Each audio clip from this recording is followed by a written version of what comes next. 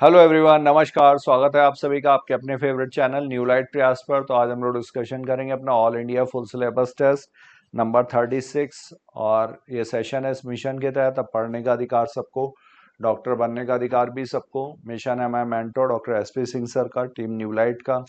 तो question number 91 आपके सामने। Select the correct statement with respect to cotton. तो कॉटन के रिस्पेक्ट में आपको करेक्ट स्टेटमेंट आइडेंटिफाई करना है। It lacks plasticity. तो प्लास्टिसिटी का एग्जाम्पल है heterophylly.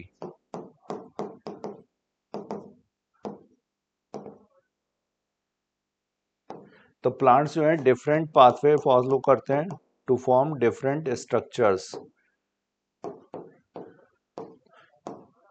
Pathway for different structures, formation of different structures.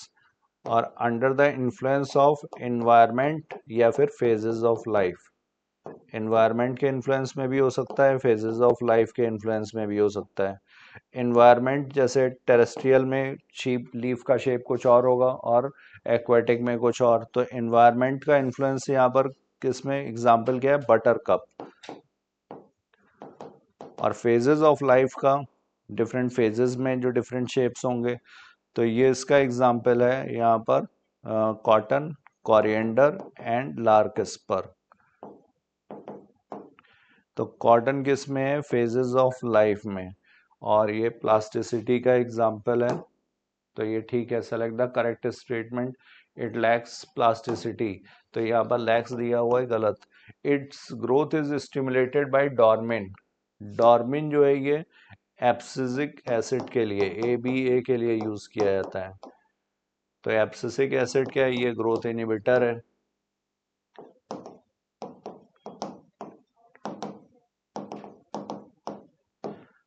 तो ग्रोथ इज स्टिमुलेटेड, ये भी गलत हो गया। Shape of leaves that are produced in air are different than those produced in water. तो ये प्लास्टिसिटी का एग्जांपल तो है, बट ये इन्वायरमेंटल इन्फ्लुएंस का नहीं, फेजेस ऑफ लाइफ का है। तो ये भी गलत है कॉटन के लिए। Its abscission is accelerated by ethylene. तो एथिलीन यहाँ पर फ्लावर और फ्रूट्स की एब्सिशन के लिए, थिनिंग ऑफ कॉटन के लिए रिस्पॉन्सिबल है।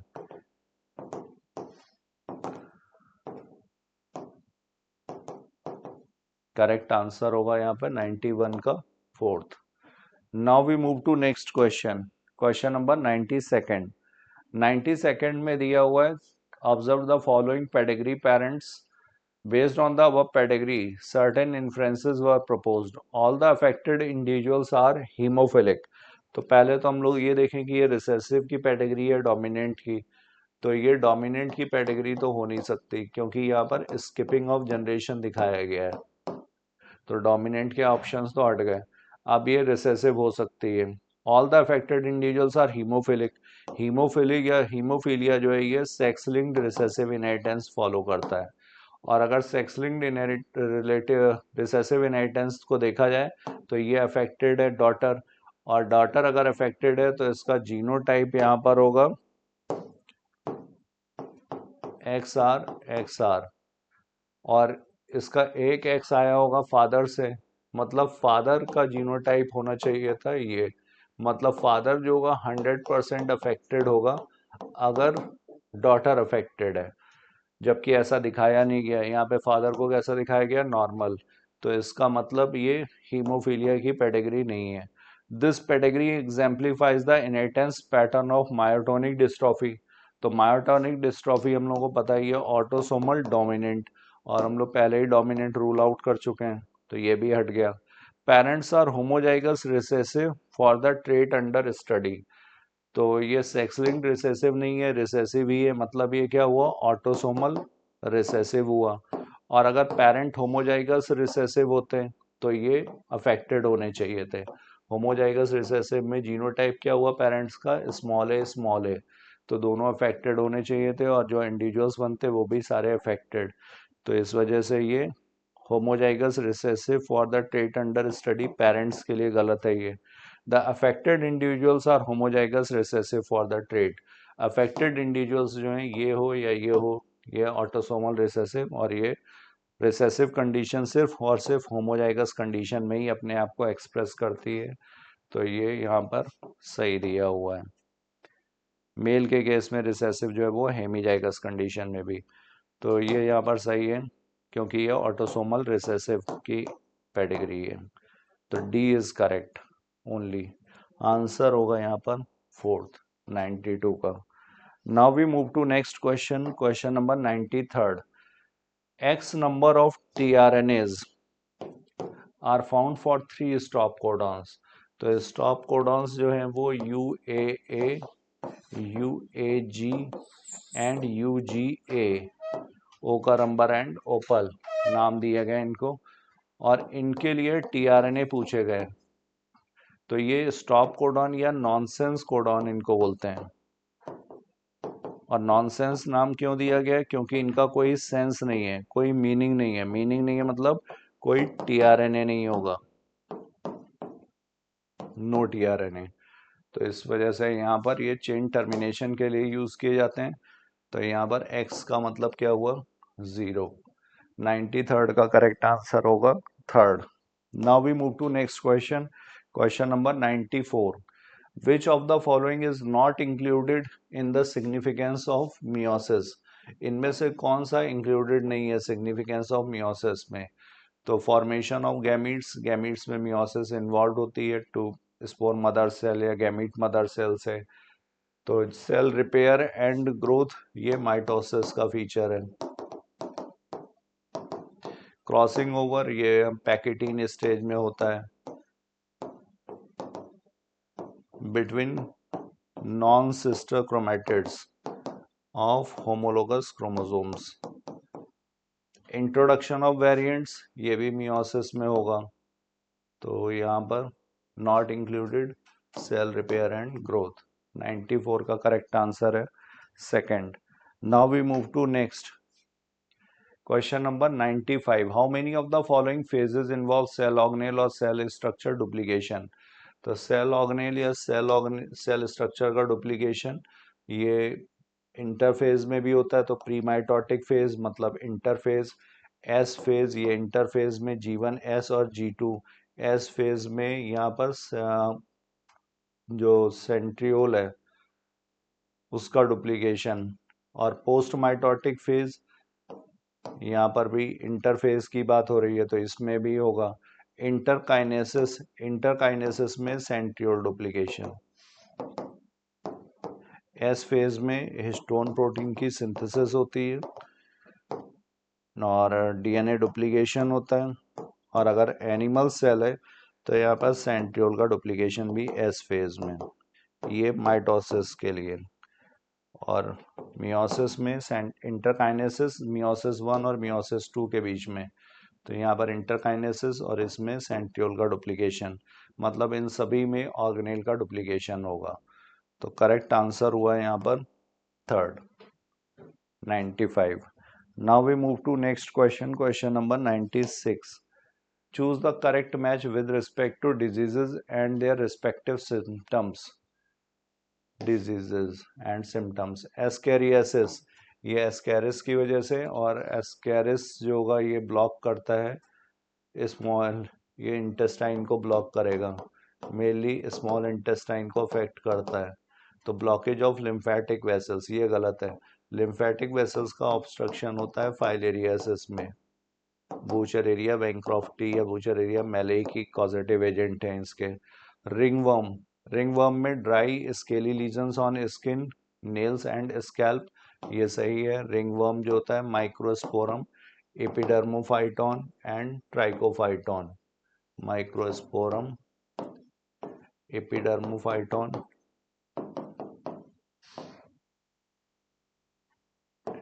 And Trichophyton. Filariasis, blockage of intestinal passage and abdominal pain. तो यहाँ पर intestinal passage and abdominal pain नहीं, यहाँ पर लिम्फेटिक वेसल्स। अमीबियासिस, ये एंटमीबा हिस्टोलिटिका की वजह से लार्ज इंटेस्टाइन को अफेक्ट करता है। और यहाँ पर मेन सिम्टम जो होगा स्टूल, फीकल मैटर जो होगा stool mixed with mucus and blood.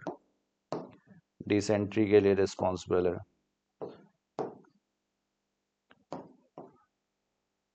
ये भी गलत हो गया।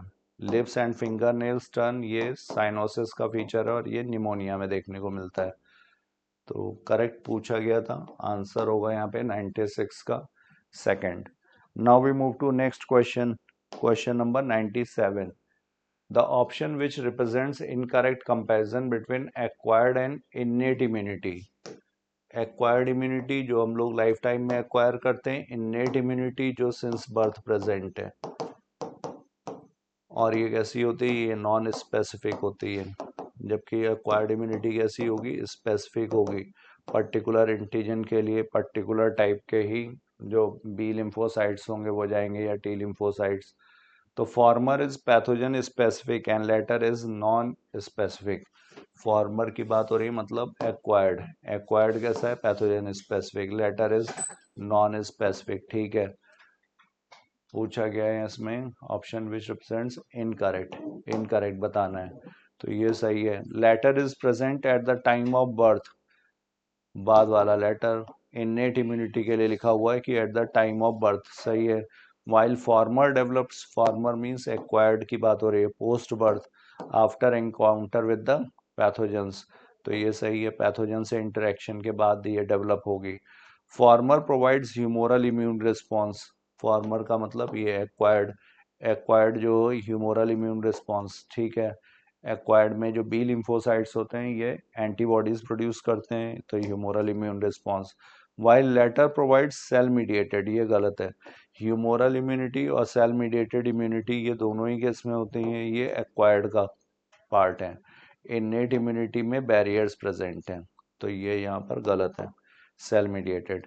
लेटर इंक्लूड्स वेरियस बैरियर्स, ये ठीक है, इन्नेट इम्यूनिटी में barriers present हैं that prevent entry of pathogen in body, while former release army of proteins called immunoglobulins, ये एंटीबॉडीज रिलीज करती है। तो यहाँ पर पूछा गया था इनकरेक्ट, इनकरेक्ट है यहाँ पर third, 97। Now we move to next question, question number 98। Plasmids, तो प्लाज्मिड्स क्या होते हैं, ये बैक्टीरिया में प्रेजेंट होते हैं, सारे बैक्टीरिया में नहीं है। ये जीनोमिक डीएनए, इसके अलावा यहाँ पर जो सर्कुलर डीएनए होता है डबल स्ट्रैंडेड होगा, सर्कुलर है, डबल स्ट्रैंडेड है और ऑटोनॉमसली रेप्लिकेटिंग है। ऑटोनॉमसली रेप्लिकेटिंग मतलब जो जीनोमिक डीएनए है उससे इंडिपेंडेंटली रेप्लिकेट करेगा। प्लस यहाँ पर फैक्टर्स प्रेजेंट होते हैं, फैक्टर जैसे रेजिस्टेंट फैक्टर है, कोलिसिनोजेनिक फैक्टर है, एंटीबायोटिक रेजिस्टेंस के लिए फर्टिलिटी फैक्टर होता है जो सेक्स प्लस प्रेजेंट होते हैं, तो ये सारी चीज़ें प्लाज्मिड के लिए। तो part of the chromosomal DNA गलत, ऑलवेज लीनियर गलत, always divide of antibiotic resistance gene गलत। मोस्टली इसमें रेजिस्टेंट एंटीबायोटिक रेजिस्टेंस जीन नहीं प्रेजेंट होती है, लेकिन कुछ में प्रेजेंट हो सकती है। कैपेबल ऑफ ऑटोनॉमस रेप्लिकेशन, और ये ऑटोनॉमसली रेप्लिकेटिंग है, ये सही है। तो 98 का करेक्ट आंसर हो गया यहाँ पर 4। Now we move to next question, question number 99। Compared to a simple stir tank bioreactor, a sparge stir tank bioreactor exclusively contains, तो स्पार्ज्ड, स्पार्ज्ड का मतलब क्या हुआ, स्पार्ज्ड स्टर टैंक, तो स्पार्ज स्टर टैंक जो होता है ये इसमें स्पार्जर लगा होता है, स्पार्जर जो होता है इस तरह का होगा, इसमें ये जो लार्जर बबल्स होते हैं इनको ये स्मॉलर बबल्स में ब्रेक करता है, ऑक्सीजन ट्रांसफर एरिया बढ़ा देगा, जिसके जो सेल या माइक्रोब्स जो प्रेजेंट होंगे एरोबिक कंडीशंस में ज़्यादा बेटर तरीके से स्पीड अप कर सकते हैं प्रोसेस को। तो sampling port, flat blooded impeller, sparger, ये यहाँ पर प्रेजेंट है एक्स्ट्रा। तो 99 का करेक्ट आंसर हो जाएगा third. Now we move to next question, question number 100। In a fully contracted skeletal muscle, length of which of the following remains the same in comparison to its resting stage?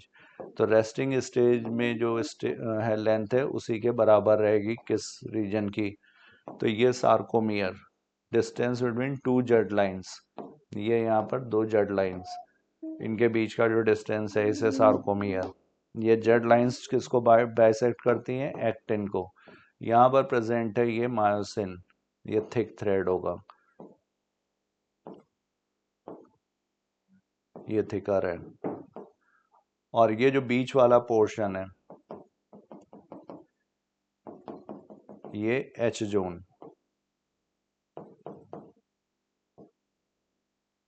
और इसमें यहाँ पर M line. अब जब ये contraction होगा, दो Z lines pass पास आएंगी, लेकिन ये मैक्सिमम कहाँ तक आएंगी? यहाँ तक, ये यहाँ तक पहुँच सकती है। तो ये जो बैंड है ये इसको कहते हैं ए बैंड, एनाइसोट्रॉपिक बैंड। ये हाफ आई इधर और हाफ आई इधर। तो एनाइसोट्रॉपिक बैंड जो होगा वो कांस्टेंट रहता है, A always remains constant. I band ये रिड्यूस हो जाएगा, एच जोन ये भी डिसअपियर होगा, ये वाइट जो है एक्टिन ये दोनों अंदर की तरफ आएंगे। और सार्कोमियर, सार्कोमियर की भी लेंथ कम हो जाएगी।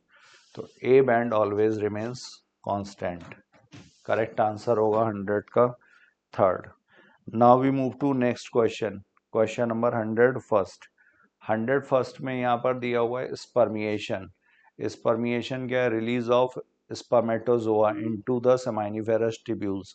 तो ये सर्टोली सेल्स में ये एम्बेडेड रहते हैं और मैच्योरिटी पर ये रिलीज हो जाएगा, सेमाइनिफेरस ट्यूब्यूल्स में पहुंच जाएगा, तो इसी को बोला जाता है स्पर्मिएशन। इसके बाद स्पर्मियोजेनेसिस। स्पर्मियोजेनेसिस क्या है? तो spermiogenesis is transformation of spermatids into spermatozoa. Spermatozoa से स्पर्मेटिड से स्पर्मेटोजोआ का बनना। तो स्पर्मेटिड कैसी है? ये राउंड सेल शेप में है, ये स्पर्मेटोजोआ टेडपोल शेप जो होगा, इसके ऊपर एक्रोसोम का फॉर्मेशन, टेल का फॉर्मेशन, बीच में मिडिल पीस, यहाँ पर नेबेन कर्न, स्पायरल अरेंजमेंट ऑफ माइटोकॉन्ड्रिया, ये सारे जो चेंजेस होते हैं ये स्पर्मियोजेनेसिस के दौरान होंगे। Insemination is transfer of male gametes into the female genital tract. तो release of semen by the penis into vagina. Capacitation, changes in the sperm before fertilization in female reproductive tract. Capacitation जो होता है ये final maturation होता है male gamete का, female genital tract में होगा। तो स्पर्म बिफोर फर्टिलाइजेशन, जो कोटिंग सब्सटेंसेस हैं वो रिमूव होते हैं कैपेसिटेशन में। तो ए का 4 हो गया, बी का थर्ड, सी का 1 एंड डी का सेकंड। आंसर होगा यहाँ पर second, 101st। Now we move to next question, question number 102। 102 में दिया हुआ है, read the following statement and select the correct option. Tropical Amazonian rain forest in South America has the greatest biodiversity on earth. तो tropical rain forest है, biodiversity यहाँ सबसे ज़्यादा है, सही है। अमेजोनियन रेन फॉरेस्ट ये 20% ऑफ ऑक्सीजन भी कंट्रीब्यूट करते हैं, इसीलिए lungs of the earth planet भी इनको बोला जाता है। As we move from low to high latitude, low to high latitude, तो लैटिट्यूडनल ग्रेडियंट जैसे जैसे बढ़ेगा बायोडाइवर्सिटी कम होती है। लैटिट्यूडिनल ग्रेडियंट,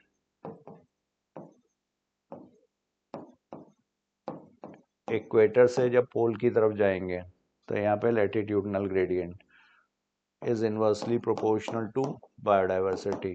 और इनफैक्ट एल्टीट्यूडनल ग्रेडियंट, जब हम सी लेवल से ऊपर माउंटेन की तरफ पीक पे जाएंगे तो यहाँ पे हाइट जो बढ़ती है इसको बोलते हैं एल्टीट्यूडनल ग्रेडियंट, ये भी इनवर्सली प्रोपोर्शनल है।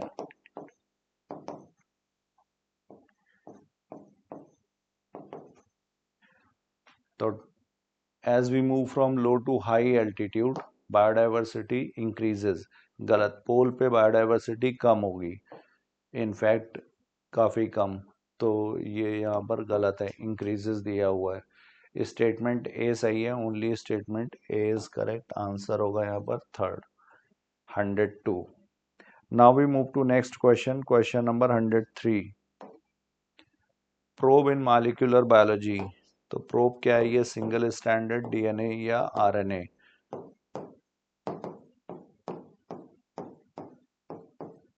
डीएनए और आरएनए, और ये कैसा होता है? ये रेडियो एक्टिवली लेबल्ड होता है।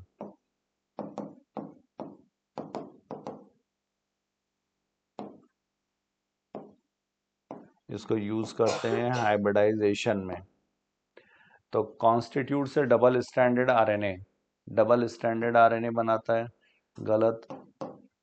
Is used only for detection of foreign antibodies, only, गलत। पॉजेस ए रेडियो एक्टिव मॉलिक्यूल, ये सही है। यहाँ पर P32 वगैरह जो रेडियो एक्टिव हैं उस तरह के मॉलिक्यूल्स प्रेजेंट होंगे। ये is used as a conventional and old method of diagnosis, तो conventional and old method of diagnosis ये भी गलत, मॉलिक्यूलर नहीं है कन्वेंशनल मेथड्स में। तो 103 का करेक्ट आंसर होगा third. Now we move to next question, question number 104। Select the correct option with respect to Rosie. तो रोजी क्या थी? काउ, ट्रांसजेनिक काउ, 1997 में ये प्रोड्यूस की गई थी। और यहाँ पर human protein rich milk, alpha lactalbumin, human protein कितना था? 2.4 ग्राम्स पर लीटर। तो transgenic animal produced in the year 1990, transgenic animal which produced human protein and raised milk 2.4 gram per liter, ये सही है। Milk produced by it was used to treat respiratory disease cause due to chronic smoking, गलत।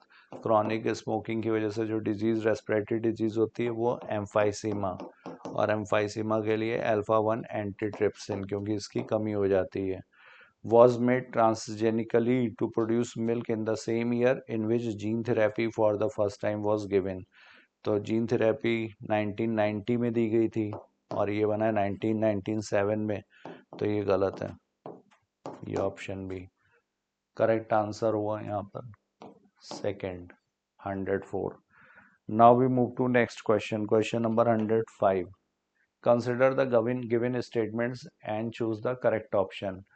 The percent weight of an element that plays a very important role in blood clotting is high in earth crust than in human body, earth crust में ज़्यादा है, human body में कम है, और clotting में important role है, तो ये एलिमेंट हुआ कैल्शियम। अर्थ क्रस्ट में 3.6 और ह्यूमन बॉडी में 1.4 1.5। As analysis of a living tissue gives an idea of the type of inorganic elements present in the tissue, ये भी ठीक है, तो ये भी ठीक था। Both statement A and B are correct. Answer होगा 105 का first. Now we move to next question, question number 106. Read the given assertion and reason and choose the correct option. यहाँ पर in stem of grosses, large size vascular bundles are arranged in a ring-like manner. तो vascular bundles are arranged in a ring-like manner in dicot stem. वहाँ पर ring arrangement है, वहाँ पे secondary growth है। stem of grasses में scattered vascular bundle है। ये grasses क्या है? monocots। तो यहाँ पर scattered vascular bundle is present। तो ये यहाँ पर क्या हो गया? गलत। और large size vascular bundle in monocot stem are densely arrange towards the periphery as compare to smaller ones. तो जो लार्ज साइज वैस्कुलर बंडल्स हैं मोनोकॉट स्टेम में, ये सेंट्रल वाले जो होते हैं ये लार्ज साइज्ड हैं। यहाँ पर दिया हुआ है टुवर्ड्स द पेरिफेरी, तो पेरिफेरी में जो होते हैं वो स्मॉलर वैस्कुलर बंडल्स हैं, और लार्ज साइज जो है ये सेंटर में दिए हुए हैं। लार्ज साइज सेंटर में क्यों है? ताकि बेटर ट्रांसपोर्ट हो सके। और जो बाहर की तरफ है नैरो ल्यूमिन के, ये किस लिए है? ये सपोर्ट के लिए, स्ट्रेंथ के लिए। तो ये यहाँ पर दोनों ही गलत हो गए, assertion and reason are false. Answer होगा यहाँ पर 106 का 4। Now we move to next question, question number 107। Is not found in guanosine. तो एडिनोसिन, गुआनोसिन, ये guanine, adenine guanine, guanine nitrogen base हो गया, प्लस यहाँ पर होगी राइबोज शुगर, राइबोज, तो ये हो गया शुगर, और इनके बीच में होगा एन ग्लाइकोसिडिक लिंकेज। यहाँ पर क्या एब्सेंट होगा? तो ये न्यूक्लियोसाइड होगा, गुआनोसिन।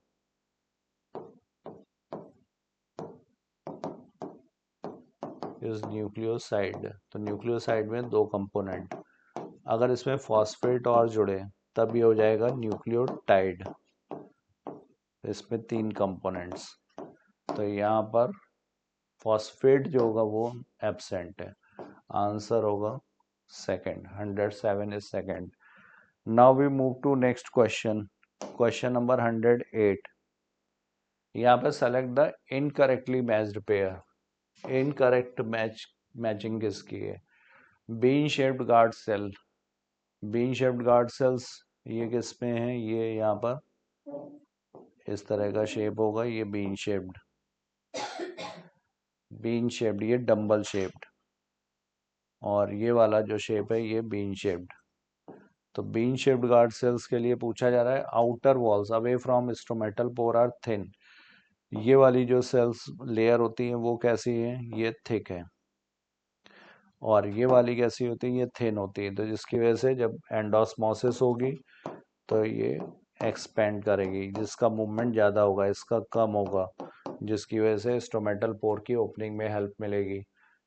तो ये बीन शेप्ड गार्ड सेल्स ये डाइकॉट में प्रेजेंट है और ये वाली मोनोकॉट्स में।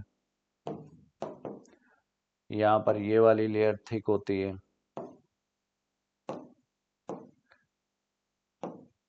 ये जो लेयर है ये थिन होगी। Pericycle, pericycle give rise to lateral roots dicot root में। आइसोबाइलेटरल लीफ, आइसोबाइलेटरल लीफ ये कोलेनकाइमेटस हाइपोडर्मिस। ये कोलेनकाइमेटस हाइपोडर्मिस ये किस में प्रेजेंट है? ये डाइकॉट स्टेम में।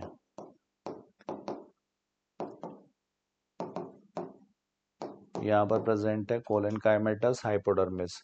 वेसल्स, कंडक्शन ऑफ वाटर, तो यहाँ पर परफोरेटेड एंड वॉल्स होती हैं, सिलेंड्रिकल शेप होगा और ये कंडक्शन ऑफ वाटर मिनरल्स में हेल्पफुल होंगी। सही है।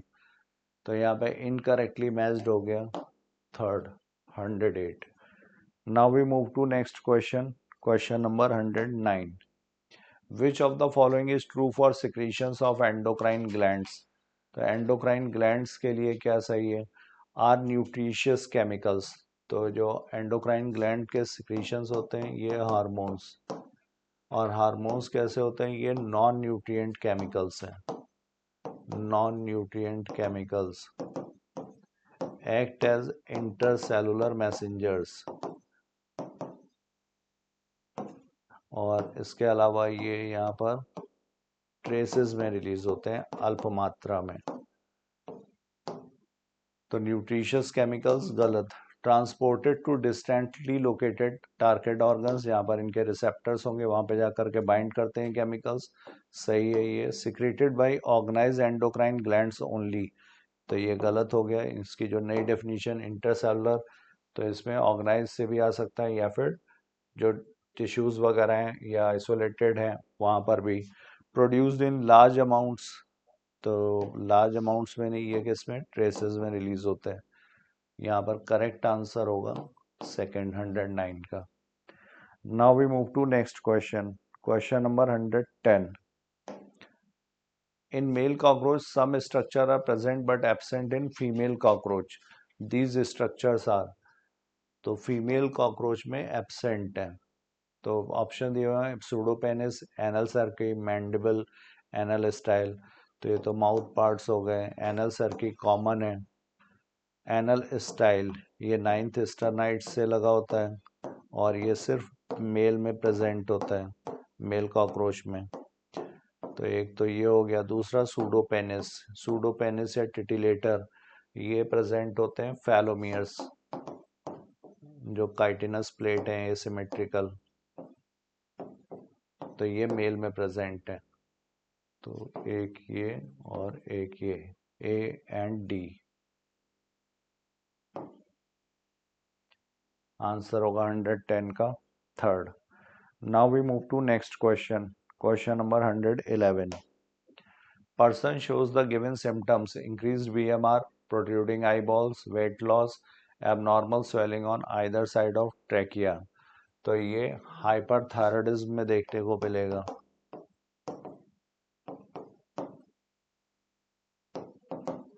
हाइपरथायराइडिज्म के फीचर्स हैं ये, बीएमआर बढ़ जाएगा, basal metabolic rate, protruding eye balls होंगी, बल्जिंग आई बॉल्स होंगी, वेट लॉस होगा, वेट कम होगा, abnormal swelling on either side, तो ये एक्सोप्थेल्मिक ग्वाइटर, थैल्मिक ग्वाइटर, एक सिंपल ग्वाइटर भी है जो आयोडीन की कमी से होता है, ये एक्सोप्थेल्मिक ग्वाइटर, और इसी के लिए वर्ड यूज किया जाएगा Graves disease.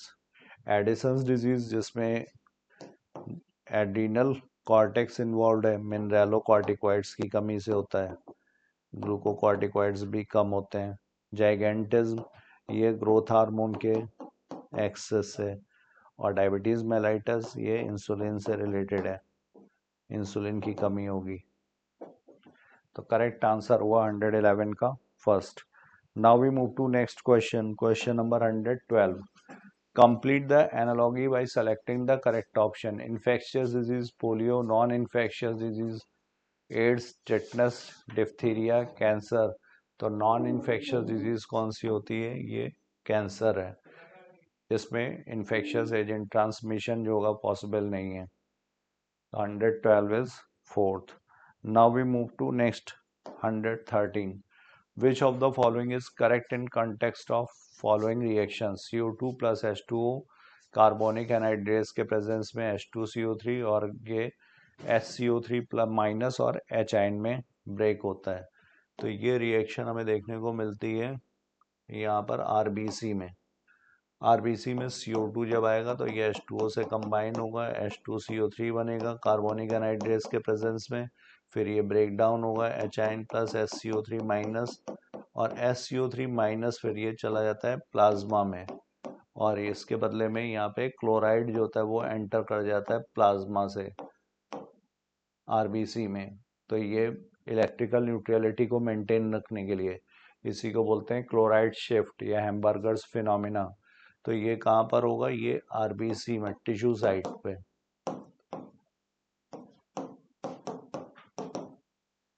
Carbonic anhydrase mainly present होता है आरबीसी के अंदर। तो at the alveolar site formation of it is favoured, carbonic anhydrase, ये गलत है।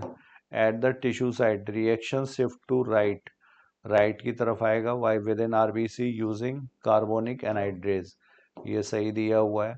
Carbonic anhydrase is present maximally in RBC, carbonic anhydrase is completely absent in blood. तो RBC कहाँ प्रेजेंट है? ब्लड में ही प्रेजेंट है, तो कम्प्लीटली एब्सेंट इन ब्लड गलत। Carbonic anhydrase is completely absent in blood plasma, तो ये प्लाज्मा में प्रेजेंट है लेकिन मेनली आरबीसी में है, तो ये भी गलत। करेक्ट आंसर होगा यहाँ पर second, 113। Now we move to next question, question number 114। All of the following are features of angiosperms except. तो एंजियोस्पर्म्स के फीचर्स क्या? Triploid endosperm, an ovary that becomes a fruit, small reduced sporophyte, double fertilisation.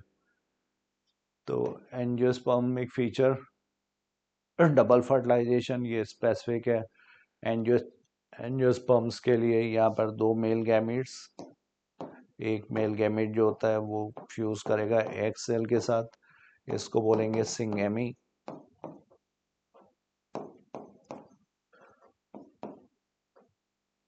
Mail gamete plus egg cell और बनता है zygote.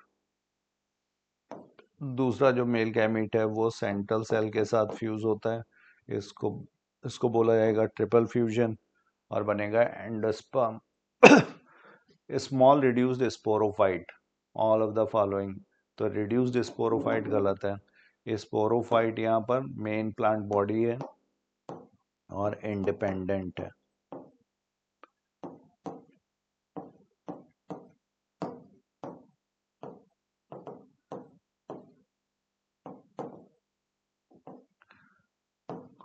N ovary that becomes a fruit, तो ये सही है, यहाँ पर फ्रूट फॉर्मेशन होता है, ट्रिप्लॉइड एंडोस्पर्म है, ये भी सही है, सेंट्रल सेल के साथ फ्यूज होके। तो करेक्ट यहाँ पर हुआ third, 114। Now we move to next question, question number 115। 115 में क्या है, मैचिंग टाइप का क्वेश्चन। फ्यूनिकल, फेनिकल क्या है, stalk of ovule. Integuments, protective envelope ovule के चारों तरफ। बाइटैगमिक होता है, दो इंटेगुमेंट्स प्रेजेंट हैं। माइक्रोपाइल, जहाँ पर ये एब्सेंट होंगे, ये इंटेगुमेंट्स। आउटर वाला टेस्टा में कन्वर्ट होता है फर्टिलाइजेशन के बाद, इनर वाला टेगमेन में। चलेजल एंड, ये माइक्रोपाइलर एंड। तो ये चलेजा क्या हुआ, बेस ऑफ ओव्यूल, सही है। हाइलम, हाइलम जो होगा ये junction, part of ovule and stock. ये फ्यूनिकल जो है ये जहाँ पर फ्यूज होगा, ये हाइलम। माइक्रोपाइल, माइक्रोपाइल क्या है, स्मॉल ओपनिंग ऑफ ओव्यूल, ये micropyle, micropylar and.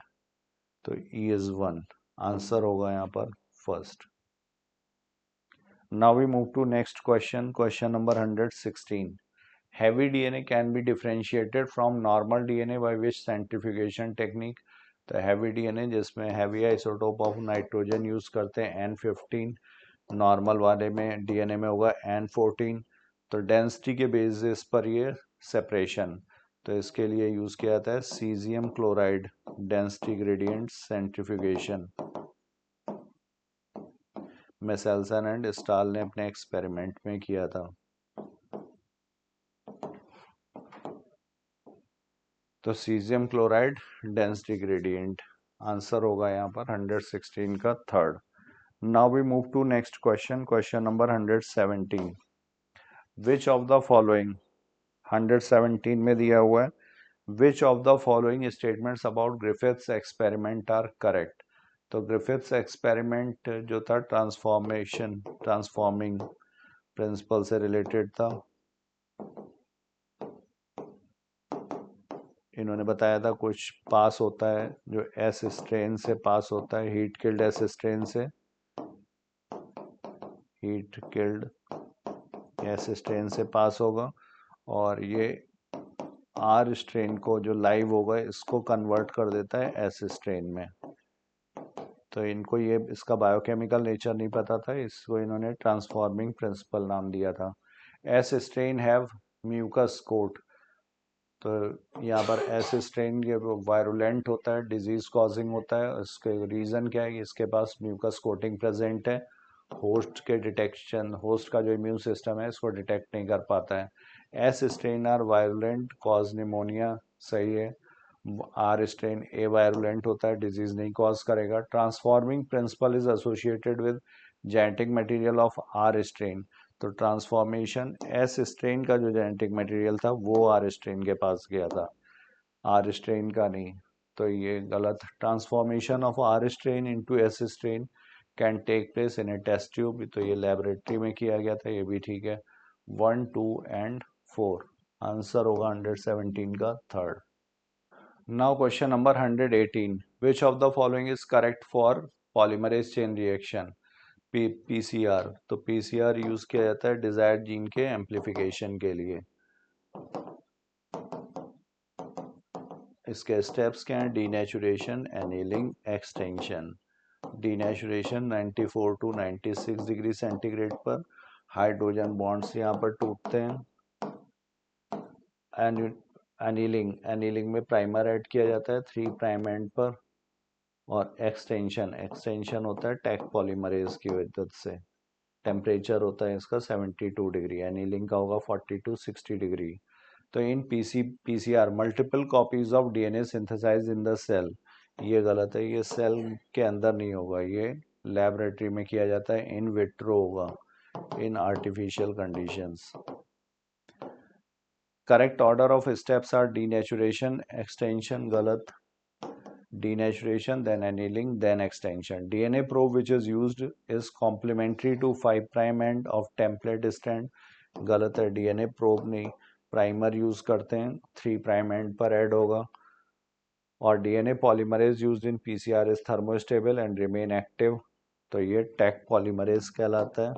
Thermus aquaticus bacteria से ऑब्टेन किया गया था, पॉलीमराइजेशन करता है, एक्सटेंशन करता है, थर्मोस्टेबल होगा। थर्मोफिलिक बैक्टीरिया से है ये। तो आंसर हुआ यहाँ पे 118 का 4। Now we move to next question, question number 119। Refer to the following statement for agarose gel electrophoresis. DNA fragments resolve according to their size. सही है। Separated DNA fragment can be visualized only after staining of ethidium bromide followed by exposure to UV radiation. DNA always loaded into the well. The smallest fragment of DNA is near the well. तो smallest fragment जो होता है ये away from the well.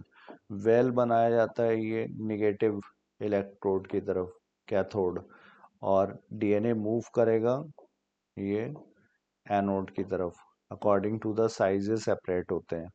ये anode positive electrode, क्योंकि DNA होता है negatively charge. तो smallest fragment is near the well, ये गलत है। यहाँ पर पूछा गया है refer to the following, choose the correct statement. तो ए बी एंड सी 19 का हो जाएगा second answer. Now we move to next question, question number 120। Given below are two statements. The Indian government has set up GEAC which will make decisions regarding the validity of GM research। तो genetically modified organism पर जो research हो रही है उसके लिए जो committee है, जेनेटिक इंजीनियरिंग अप्रूवल कमेटी। तो ये वैलिडिटी और सेफ्टी, वैलिडिटी मतलब उसकी ऑथेंटिसिटी और उसकी सेफ्टी कि पब्लिक यूज़ के लिए सेफ है या नहीं, ये चेक करेगी। तो ये ठीक है। Regarding the validity, biopiracy is the term use to refer to the use of bio resources by native people. तो बायोपायरेसी का मतलब जैव चोरी। तो term use to refer to the use of bio resources by multinational companies, MNCs, और without proper authorisation, without proper authorisation और utilisation, without proper authorisation बिना उनकी परमिशन लिए, और विदाउट कंपनसेटरी पेमेंट, बिना उनको पैसे दिए उसके, कंपनसेटरी पेमेंट। तो इसको बोला जाता है बायोपायरेसी। नेटिव पीपल मतलब वहाँ के जो लोग रहने वाले वहीं, वो लोग नहीं, जो MNC जो दूसरी बात देशों की कंपनी है वो इसको यूज़ करती हैं। तो ये गलत हो गया, ये सही है। Statement 1 is correct but statement 2 is incorrect. Answer होगा यहाँ पे 120 का second. Now we move to next question 121। Which of the following has maximum energy at trophic level in this food chain? Grass, grass is eaten by rabbit, rabbit is eaten by wolf, and wolf is eaten by lion। तो energy का transfer 10% law के according होता है। Maximum energy जो होगी वो producer level पर, इससे कम फिर यहाँ पर, इससे कम फिर यहाँ, और टॉप लेवल पर सबसे कम। तो ये पूछा गया किस पे सबसे ज़्यादा, तो grass. Pyramid of energy is always upright, ये हमेशा सीधा ही होगा। तो 121 is first. Now we move to next question.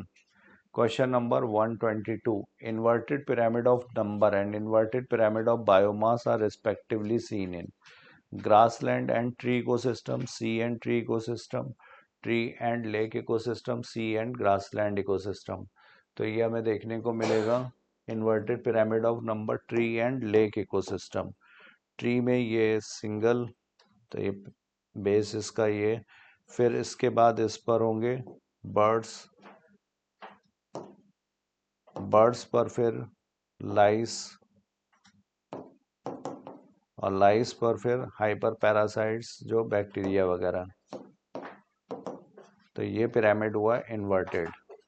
और दूसरा जो है यहाँ पर pyramid of biomass, lake ecosystem. तो लेक इकोसिस्टम में फाइटोप्लैंक्टन्स, इनका नंबर सबसे कम, फिर इनका बायोमास सबसे कम। इसके बाद यहाँ पर जू प्लैंकटन, इनका बायोमास इससे ज़्यादा, स्मॉल फिशेस का बायोमास और ज़्यादा, और दूसरा फिर यहाँ पर लार्ज फिशेस, इनका सबसे ज़्यादा। तो inverted pyramid of number and inverted pyramid of biomass, ये हमें देखने को मिलेगा ट्री एंड लेक इकोसिस्टम में, ये कहलाता है parasitic food chain. 122 is third. Now we move to next question, 123rd. The unit of productivity, the production is total amount produced in a given area over the given time.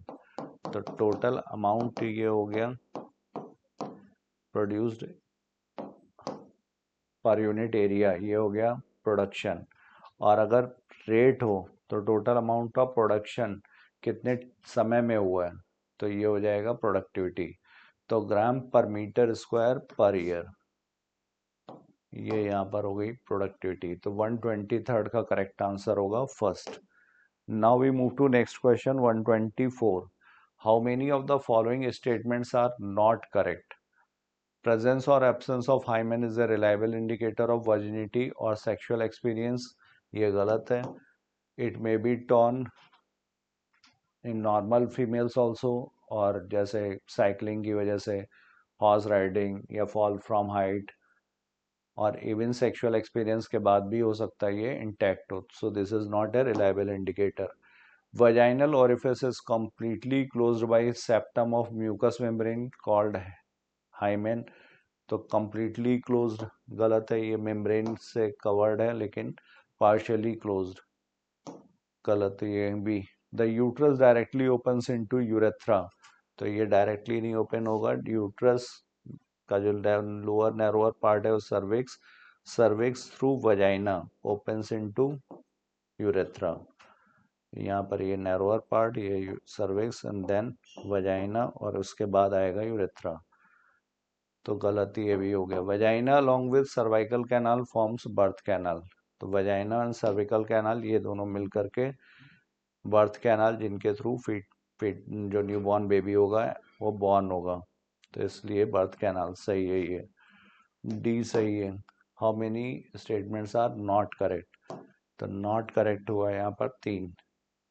124 is second. Now we move to next question, question number 125। Generally which of the following is not used as female contraceptive? तो female contraceptive के तौर पर क्या नहीं use होगा? Progesterone, progesterone oestrogen combination, vaults, तो vaults barrier method हो गए, ये यूज किए जाते हैं। पिल्स में भी कंबाइंड पिल्स में ये दोनों, ये प्रोजेस्ट्रोजन ओनली पिल्स में भी सिंथेटिक प्रोजेस्ट्रॉन वगैरह यूज किए जाते हैं आईओडी के फॉर्म में, हार्मोन रिलीजिंग आईओडी। तो यहाँ पर वेसेक्टोमी, ये फीमेल के द्वारा नहीं, इसमें वास डिफरेंस को कट किया जाता है, ये मेल के लिए। स्टेलाइजेशन मेथड है, टर्मिनल मेथड है कॉन्ट्रासेप्शन का। तो 125 is third. Now we move to next 126। Pathway of sperm, तो सेमाइनिफेरस ट्यूब्यूल्स, टेस्टिस का अगर कट सेक्शन देखेंगे तो यहाँ पे टेस्टिकुलर लोब्यूल्स हैं, और टेस्टिकुलर लोब्यूल्स में यहाँ पर सेमाइनिफेरस ट्यूब्यूल्स प्रेजेंट हैं, 1 से 3 तक हो सकते हैं। सेमाइनिफेरस ट्यूब्यूल्स का कट सेक्शन देखेंगे तो इसमें सर्टोली सेल्स और ये स्पर्मेटोगोनिया, 2 टाइप के सेल्स। तो ये हो गए सेमाइनिफेरस ट्यूब्यूल्स। इसके बाद यहाँ पर ये नेटवर्क जैसा बनता है, इसको बोलते हैं रेटिटेस्टिस। इसके बाद यहाँ से वासा इफ्रेंशिया, ये रेटिटेस्टिस, देन वासा इफ्रेंशिया, वासा इफ्रेंशिया से फिर एपिडिडाइमिस, और एपिडिडाइमिस से फिर ये आता है वास डिफरेनस, और वास डिफरेनस में सेमाइनल वेसिकल की डक्ट खुलती है, जो बोलते हैं एजैकुलेटरी डक्ट, और वो फिर खुलता है यूरेथ्रा में। तो यहाँ पर पूछा गया है फाइंड आउट बी, तो रेटिटेस्टिस, वासा इफ्रेंशिया हो गया, ये एपिडिडाइमिस, ये वास डिफरेनस हो गया, और फिर यूरेथ्रा, तो वास डिफरेनस करेक्ट आंसर होगा यहाँ पर fourth. 126। Now we move to next question. Question number 127. In the list given below, how many are secondary lymphoid organs? तो प्राइमरी lymphoid organs जहाँ पर फॉर्मेशन होता है, मैचुरेशन भी होगा, प्रोलिफरेशन होगा, तो ये प्राइमरी lymphoid organs, ये बोन मैरो एंड थाइमस।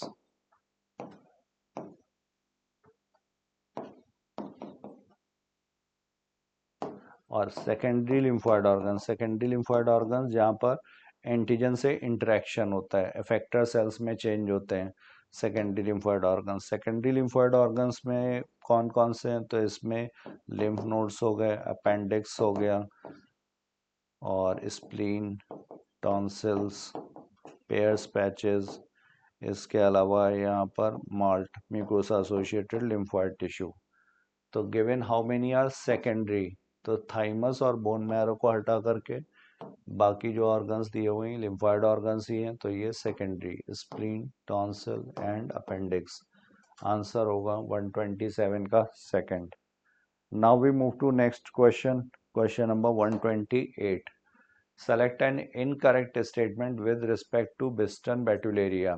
तो बिस्टन बेटुलेरिया ये मौत है, नेचुरल सिलेक्शन से रिलेटेड है, industrialisation, pre industrialisation and post industrialisation. 1850s ये pre industrialisation, post industrialisation 1920s में। पोस्ट इंडस्ट्रियलाइजेशन यहाँ पे कार्बन सूट डिपॉजिट हो गया था, जिसकी वजह से लाइकेन जो थे वो ख़त्म हो गए थे, जिसकी वजह से डार्क बार्क जो थी वो डार्क कलर की हो गई थी। तो डार्क बैकग्राउंड हो जाने की वजह से डार्क विंग्ड मॉथ को प्रोटेक्शन मिल रहा था, तो डार्क विंग्ड मॉथ का नंबर यहाँ पर बढ़ गया था। तो नेचुरल सिलेक्शन किधर की तरफ शिफ्ट हो गया था, डार्क विंग की तरफ। लेकिन दूसरा वाला पूरी तरह से एलिमिनेट नहीं हो गया था, वो थे लेकिन नंबर में कम थे। और प्री इंडस्ट्रियलाइजेशन 1850s में यहाँ पे लाइकेन डिपॉजिट थी बार्क पर, जिसकी वजह से लाइट कलर था, तो यहाँ पे लाइट विंग्ड मॉथ का नंबर ज़्यादा था, यहाँ पे डार्क विंग्ड को प्रोटेक्शन नहीं मिलता था, तो light winged moths were more. और पोस्ट इंडस्ट्रियलाइजेशन डार्क विंग्ड। तो before the industrialisation natural selection of dark moths, गलत है ये। After industrialisation reduce growth of lichen on stem, industrialisation के बाद रिड्यूस ग्रोथ ऑफ लाइकेन, सही है। Before industrialisation natural selection of white winged moth, before industrialisation natural selection white winged moth के favour में था, ठीक है। After industrialisation no variants are completely wiped out, पूरी तरह से जो लाइट विंग थे वो ख़त्म नहीं हुए थे, तो ये भी सही है। इनकरेक्ट पूछा गया है, तो before the industrialisation natural selection of dark wing moth, ये गलत है। 128 का करेक्ट आंसर होगा first. Now question number 129, which of the following is the correct sequence of human ancestor. तो ह्यूमन एंसेस्टर में सबसे पहले ड्रायोपिथेकस, रामापिथेकस, फिर ये फर्स्ट एपमैन, ऑस्ट्रेलोपिथेकस, तो 2 सबसे पहले, फिर 4, उसके बाद फिर होमो हैबिलिस, देन इरेक्टस। तो 2, 4, 1, 3 करेक्ट आंसर होगा यहाँ पे 129 का third. Now we move to next 130, which of the following is not used for isolation of DNA from cell. Not used for isolation of DNA from cell, तो इसमें किसका use नहीं करेंगे डीएनए के लिए, तो आरएनएज। आरएनएज चूंकि इसको प्यूरिफाइड फॉर्म में लेना है तो आरएनए को हटाना पड़ेगा, प्रोटीन को भी हटाना पड़ेगा प्रोटीएज के द्वारा। अगर प्लांट सेल है तो उसकी सेल वॉल के डाइजेशन के लिए सेलुलेज।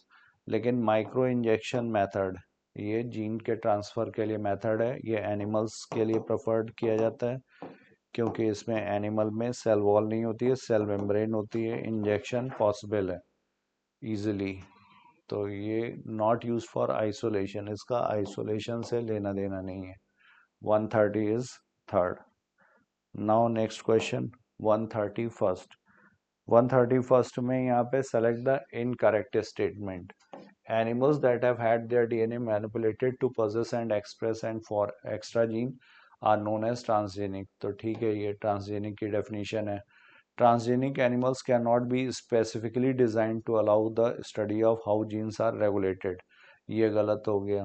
ट्रांसजेनिक को डिज़ाइन ही इसलिए किया गया ताकि जीन को स्टडी किया जा सके, उसका नॉर्मल फिजियोलॉजी स्टडी कर सकें, डिजीज़ को स्टडी कर सकें, बायोलॉजिकल प्रोडक्ट्स ऑब्टेन कर सकें, वैक्सीन की सेफ्टी को असेस करने के लिए, और इवन टॉक्सिसिटी टेस्टिंग के लिए भी।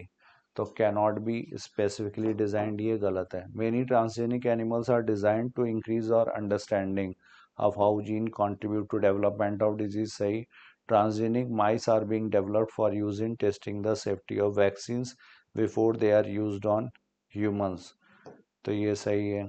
पोलियो वैक्सीन के लिए किया जा रहा है इनको। इनकरेक्ट स्टेटमेंट कौन सा हुआ? Cannot be specifically designed. 131 का करेक्ट आंसर होगा second. Now we move to next question, question number 132। Find out the correct match from the following table, vertebrate brain, homologous organs, divergent evolution, तो ये सही है। Vertebrate brain, vertebrates में जो brain है उनको अगर आपस में कंपेयर करें तो ये होमोलोगस ऑर्गन है, कॉमन एंसेस्ट्री के लिए। डाइवर्जेंट एवोल्यूशन होगा तो ओरिजिन सेम होगी। Vertebrate heart, analogous organ, vertebrate heart भी होमोलोगस ऑर्गन है, ये भी डाइवर्जेंट एवोल्यूशन का एग्जाम्पल है। Thorn of bougainvillea and tendrils of cucurbits, दोनों ही स्टेम के मॉडिफिकेशन एक्सिलरी बर्ड से बनते हैं, तो ये भी होमोलोगस ऑर्गन है, डाइवर्जेंट एवोल्यूशन। होमोलॉगी क्या है? डाइवर्जेंट एवोल्यूशन सजेस्ट करती है। तो 1 एंड 3 आंसर होगा यहाँ पर 132 का 4। Now next 133, evolution is a stochastic process based on, तो ये रैंडम प्रोसेस है, ठीक है। Chance events in nature and chance mutation, events पे, चांस इवेंट्स पर डिपेंड करेगा, चांस म्यूटेशन पर डिपेंड करेगा, तो आंसर होगा यहाँ पर third 133। Now we move to next question, question number 134। 134 में which one of the following options gives the correct categorisation of lymphocyte according to formation, maturation and type of immunity,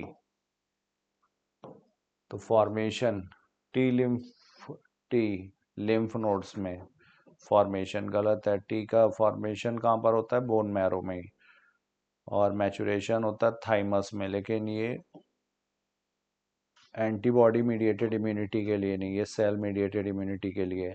B bone marrow में, maturation भी bone marrow में, लेकिन ये cell mediated immunity के लिए नहीं है, ये सेल मीडिएटेड होती है टी लिम्फोसाइट्स से। B bone marrow, bone marrow में इनका फॉर्मेशन होगा, सही है। मैचुरेशन भी बोन मैरो में, और ये एंटीबॉडी मीडिएटेड इम्यूनिटी के लिए। तो 134 का करेक्ट आंसर होगा fourth. Now we move to next question 135। Which one of the following is a case of correct matching, तो करेक्ट मैचिंग यहाँ पर देखी जाए, callus, unorganise mass of cells produced in tissue culture, ये सही है। Protoplast fusion, a technique of micropropagation, तो protoplast fusion ये माइक्रो प्रोपगेशन का टेक्निक नहीं है। माइक्रो प्रोपगेशन में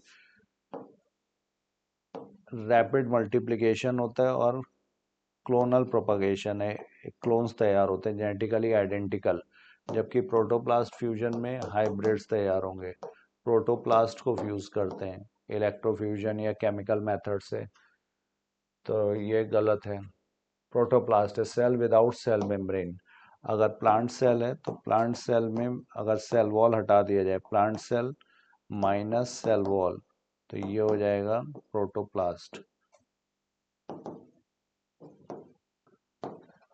और प्रोटोप्लाज्म के रिस्पेक्ट में अगर बताएं तो प्रोटोप्लाज्म प्लस प्लाज्मा मेम्ब्रेन, ये होगा protoplast. Cell without cell membrane, cytokinins promotes root regeneration, cell without cell membrane, यहाँ पर विदाउट सेल मेम्ब्रेन, तो ये सही, सेल मेम्ब्रेन गलत। साइटोकाइनेंस प्रमोट्स रूट रीजनरेशन, तो साइटोकाइनिन जो होता है ये शूट के लिए, यहाँ पर is a case of correct matching, correct matching होगी सिर्फ first. So thank you all of you. I have covered my portion. Now further discussion will be carried by my fellow partner Vikram sir. Thank you so much. Hello बच्चों, new light के YouTube channel पर आप सभी का स्वागत है प्यारे बच्चों। और मैं विक्रम चक्रवर्ती आज आपके समक्ष लेकर के हाजिर हुआ यूट्यूब पर पेपर डिस्कशन का सेशन। और आज हम लोग का पेपर है all India full syllabus test का 36वां टेस्ट है, जो कि 26 फरवरी 2026 को हमारी इंस्टीट्यूट की तरफ से ऑनलाइन ऑफलाइन मोड दोनों पेपर हुआ। पेपर काफ़ी ठीक था, पेपर आप सबने बच्चों के हिस्सा लिया, इसके लिए आप सभी को धन्यवाद। सबसे पहले पेपर को डिस्कस करने वाले हमारे सीएसआई डॉक्टर शैलेंद्र सर को धन्यवाद देना चाहेंगे, जिन्होंने क्वेश्चन नंबर 91 to 135 की जर्नी आपके साथ की। और मैं क्वेश्चन नंबर 136 से 180 जर्नी करने वाला। पहला सवाल, read the following statement carefully with respect to human sperm. आपको पता है कि ह्यूमन स्पर्म है क्या सर? ये एक हेप्लॉइड सेल है। पहली बात, इसकी पोलैरिटी एन होती है, इस पर 23 क्रोमोसोम होती है, ये बात आपको पता है। फिर लिखा it is compose of head, neck, middle piece and tail. आप किताब में डायग्राम देखिए, ऐसे ही बना है। Anterior portion of acrosome is covered by cap lag. नहीं, ये भी प्लाज्मा मेम्ब्रेन से ही पूरा का पूरा कवर्ड होता है, याद रखिएगा, प्लाज्मा मेम्ब्रेन। और एक्रोसोम कौन बनाता है सर? गोल्गी बॉडी बनाती है, याद रखिएगा, एक क्वेश्चन ये पूछा जाता है। फिर it a plasma membrane envelops whole body of sperm except. नहीं, पूरा का पूरा करता है, हो एक्सेप्ट हेड नहीं होता। Spirally arrange mitochondria present in the middle piece, ये सही है। अब आपसे पूछा गया है, करेक्ट स्टेटमेंट पूछा गया ए या डी। और कमाल की बात है, ये जो माइटोकॉन्ड्रिया होते हैं ये एनर्जी प्रोडक्शन के लिए होते हैं। और ऐसा क्यों है? क्योंकि स्पर्म को एक सिंगल सेल होती है, उसको बहुत लंबी यात्रा करनी होती है, तो एनर्जी की नीड ज़्यादा होती है। न्यूमरस माइटोकॉन्ड्रिया होते हैं मिडिल फेस में। तो क्या आंसर आ गया आपका? A and D, fourth answer. अब देखिए, all of the following true with respect to epithelium that lines the wall of blood vessels. अब इस क्वेश्चन को देखिए, इस क्वेश्चन का मतलब है कि ऐसी एपिथेलियम जो वॉल ऑफ ब्लड वेसल्स को लाइन करती थी वो थी आपकी सिंपल स्क्वैमस। क्या ये सिंपल स्क्वैमस, याद रखिएगा, सिंपल स्क्वैमस। तो सिंपल स्क्वैमस के फीचर्स क्या हो, कहाँ पाई जाती है? आपको पता है ये फ्लैटेंड सेल होती है, किताब में कुछ ऐसे बना हुआ, ध्यान से देखिए। और इनकी इरेगुलर बाउंड्रीज होती हैं, डिफ्यूजन बाउंड्रीज बनाती हैं, मेम्ब्रेन से पाई जाती हैं, ये भी ठीक है। लेकिन माइक्रोविलाई यहाँ पे नहीं, माइक्रोविलाई आपकी पीसीटी में है, जहाँ पर क्यूबॉइडल एपिथेलियम होता है। क्या होता है ये? क्यूबॉइडल एपिथेलियम होता है। और लिखा है कि आपको पता है कि जो एपिथेलियल टिश्यू होती हैं उनमें little intercellular matrix compactly packed होती हैं, याद रखिएगा। तो यही गलत है, फ्री सरफेस से माइक्रोविलाई यहाँ नहीं होगा, यहाँ क्यूबॉइडल एपिथेलियम जो कि पीसीटी में पाई जाती है वहाँ होती है, थर्ड आंसर।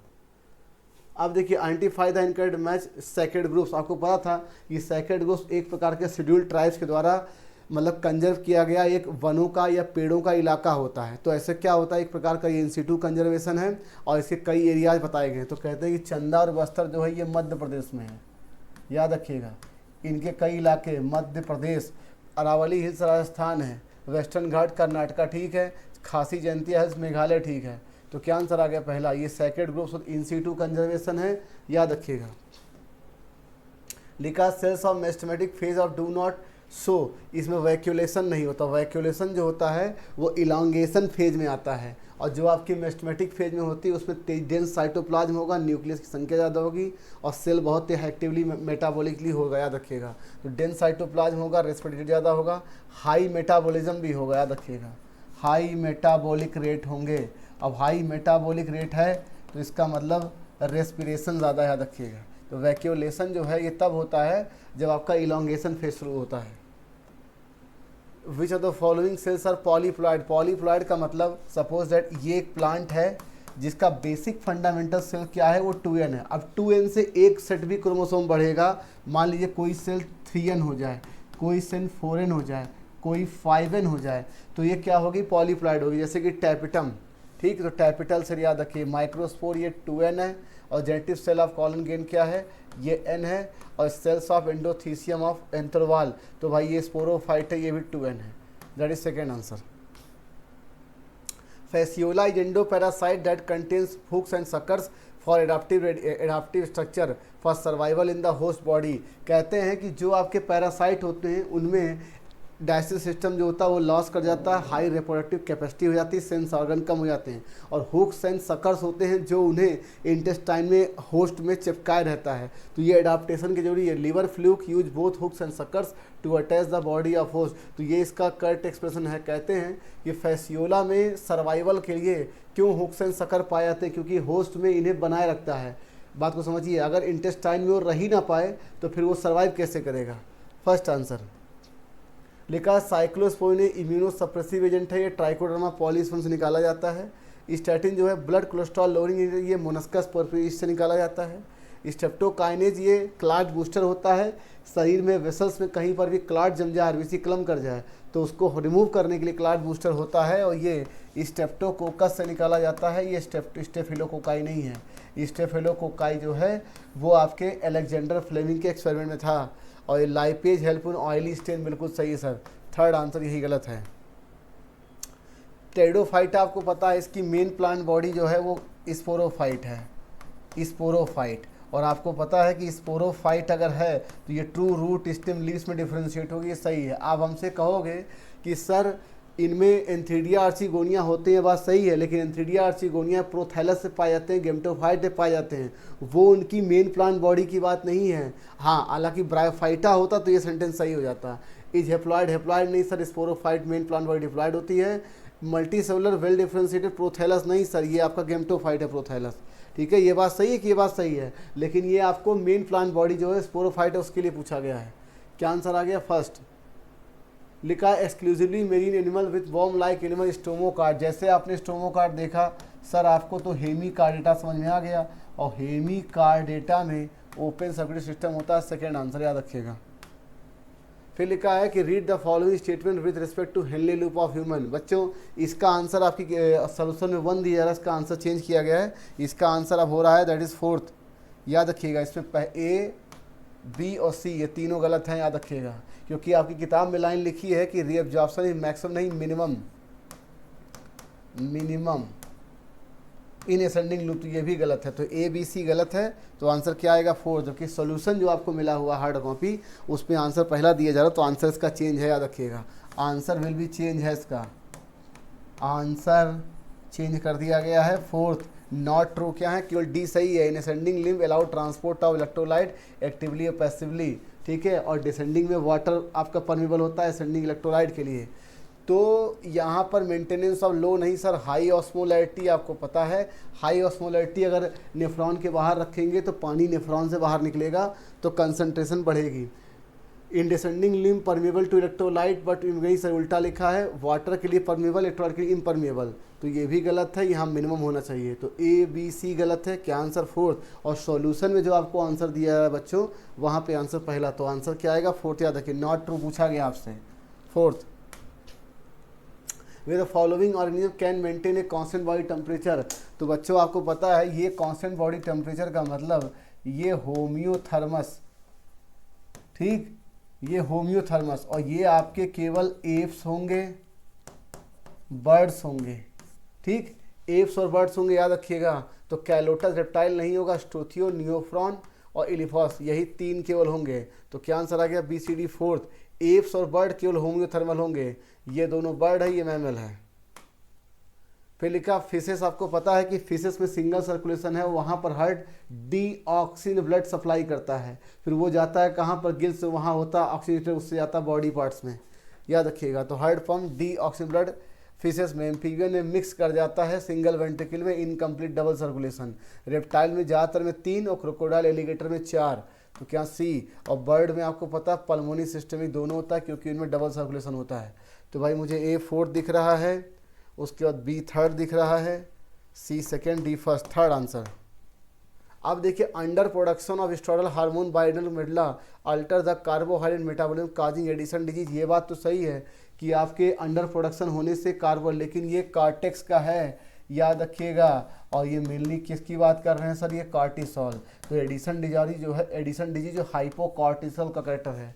कार्टिसोल कम होने से कार्बोहाइड्रेट, प्रोटीन जितने न्यूट्रिएंट होते हैं उनके मेटाबॉलिज्म स्लो हो जाते हैं, तो बीमारी होती है कमजोरी वगैरह, एडिशन डिजीज, ठीक। Pancreas is a composite endo with more than 95% of being endocrine. नहीं सर, नियरली 1 to 2% होता है, 1 to 2% टोटल पैनक्रियाज का। तो ये दोनों गलत है भाई, बोथ स्टेटमेंट इनकरेक्ट। किताब को ध्यान से देखिए। अब 1 to 2 मिलियन क्या होते हैं? नेचुरल लैंगरेंस। The pigment of euglenoids are identical to those present in higher plant, बिल्कुल ठीक है। अब बहुत से बच्चे इस लाइन को लेके पकड़ के बैठे हैं कि सर किताब में लाइन लिखी है, सही कि ऐसे ही लाइन लिखी है, लेकिन ऐसा नहीं है। प्रोटोजोन्स जो होते हैं वो आपके सिम्बायोसिस हो सकते हैं, कॉमेंसलिज्म में भी हो सकते हैं। तो केवल पैरासाइट और प्रेडेटर नहीं होते हैं, वो सिम्बायोसिस भी कर सकते हैं, कॉमेंसलिज्म में भी रह सकते हैं। ठीक है, तो ये लाइन गलत है, याद रखिएगा। जब एक क्वेश्चन के फॉर्म में फ्रेम होगा, हालांकि बुक में लिखी है, वो एक पूरे पैराग्राफ के रेफरेंस में लिखा हुआ है, वो अलग बात है, लेकिन जब आप क्वेश्चन करेंगे तो जो एक्चुअल कॉन्सेप्ट है, फैक्ट्स, वो बदलेंगे नहीं, याद रखिए। सिम्बायोसिस में भी हो सकता है, कॉमेंसलिज्म भी हो सकता है, इसलिए सेंटेंस गलत है। तो मुझे सिर्फ क्या दिख रहा है, ए सही है, only statement one A is correct. लिखा recessive character that fails to get express in heterozygous condition में get express again when it becomes homozygous. अब देखिए, आपको पता है कैपिटल टी स्मॉल टी ये F1 में था, इसकी सेल्फिंग कराई गई। अब F1 के हेट्रोजाइगस में रेसिव करेक्टर एक्सप्रेस नहीं हुआ था, इसकी सेल्फिंग हुई capital T capital T capital T small T capital T small T small T small T. तो जब ये F2 में आए हैं, तब देखिए आपके सेग्रीगेशन की वजह से आपका ये करेक्टर होमोजाइगस जब हुआ तब एक्सप्रेस हुआ है। ठीक है, segregation of character not takes place during the process of formation gamete. नहीं, जब भी गैमेट फॉर्मेशन होता, मेयर्स होती है, तो कैपिटल टी स्मॉल टी है, तो ये दोनों अलग होते हैं। एक गैमेट में कैपिटल टी जाता है, एक में स्मॉल टी जाता है। एक में कैपिटल टी अगर जाता है मान लीजिए, तो एक में टी जाएगा। अगर स्मॉल टी होगा तो स्मॉल टी। तो ये गलत है कि सेग्रीगेशन होता ही है, और जो भी सेक्सुअली रिप्रोड्यूसिंग ऑर्गेनिज्म होते हैं वहाँ पर होना ही है, क्योंकि अगर कोई भी जीव सेक्सुअल रिप्रोडक्शन कर रहा है तो मियोसिस फर्टिलाइजेशन होती है, तो गैमीट तो बनना निश्चित है। तो H2R is false. Third, next, final electron acceptor electron transport chain receives electron from क्या लिखा, साइटोक्रोम सी। आपके मन में आ रहा होगा सर कॉम्प्लेक्स 1 2 3 4 5, उसके बाद ऑक्सीजन। नहीं सर, ये कॉम्प्लेक्स 5 जो है एटीपी सिंथेज, इसका काम एटीपी का फॉर्मेशन करना होता है। जो इलेक्ट्रॉन आपको इसको मिलता है ऑक्सीजन को, वो इससे मिलता है कॉम्प्लेक्स 4 से, साइटोक्रोम सी ऑक्सीडेज से। याद रखिएगा, ये सेंटेंस ठीक है। During complete oxidation glucose molecule only 2 step of substrate phosphorus. गलत है, जब कंप्लीट ऑक्सीजन की बात कर रहे हैं तो यहाँ पे हम एरोबिक रेस्पिरेशन की बात कर रहे हैं। किसकी बात कर रहे हैं, एरोबिक रेस्पायरेशन की। और इसमें ग्लाइकोलिसिस क्रेब्स साइकिल दोनों होंगे। तो ग्लाइकोलिसिस में 2 स्टेप्स में होता है, क्रेब्स साइकिल में 1 स्टेप, तो ओनली 2 स्टेप्स। ये गलत है भाई, यही गलत है। आपके 1 स्टेप हो गया सक्सिन कोएंजाइम में सक्सिनिक एसिड के बीच में, और 2 स्टेप ग्लाइकोलिसिस में। तो यहाँ पर 1 स्टेप 2 स्टेप नहीं होगा, 3 स्टेप होना चाहिए।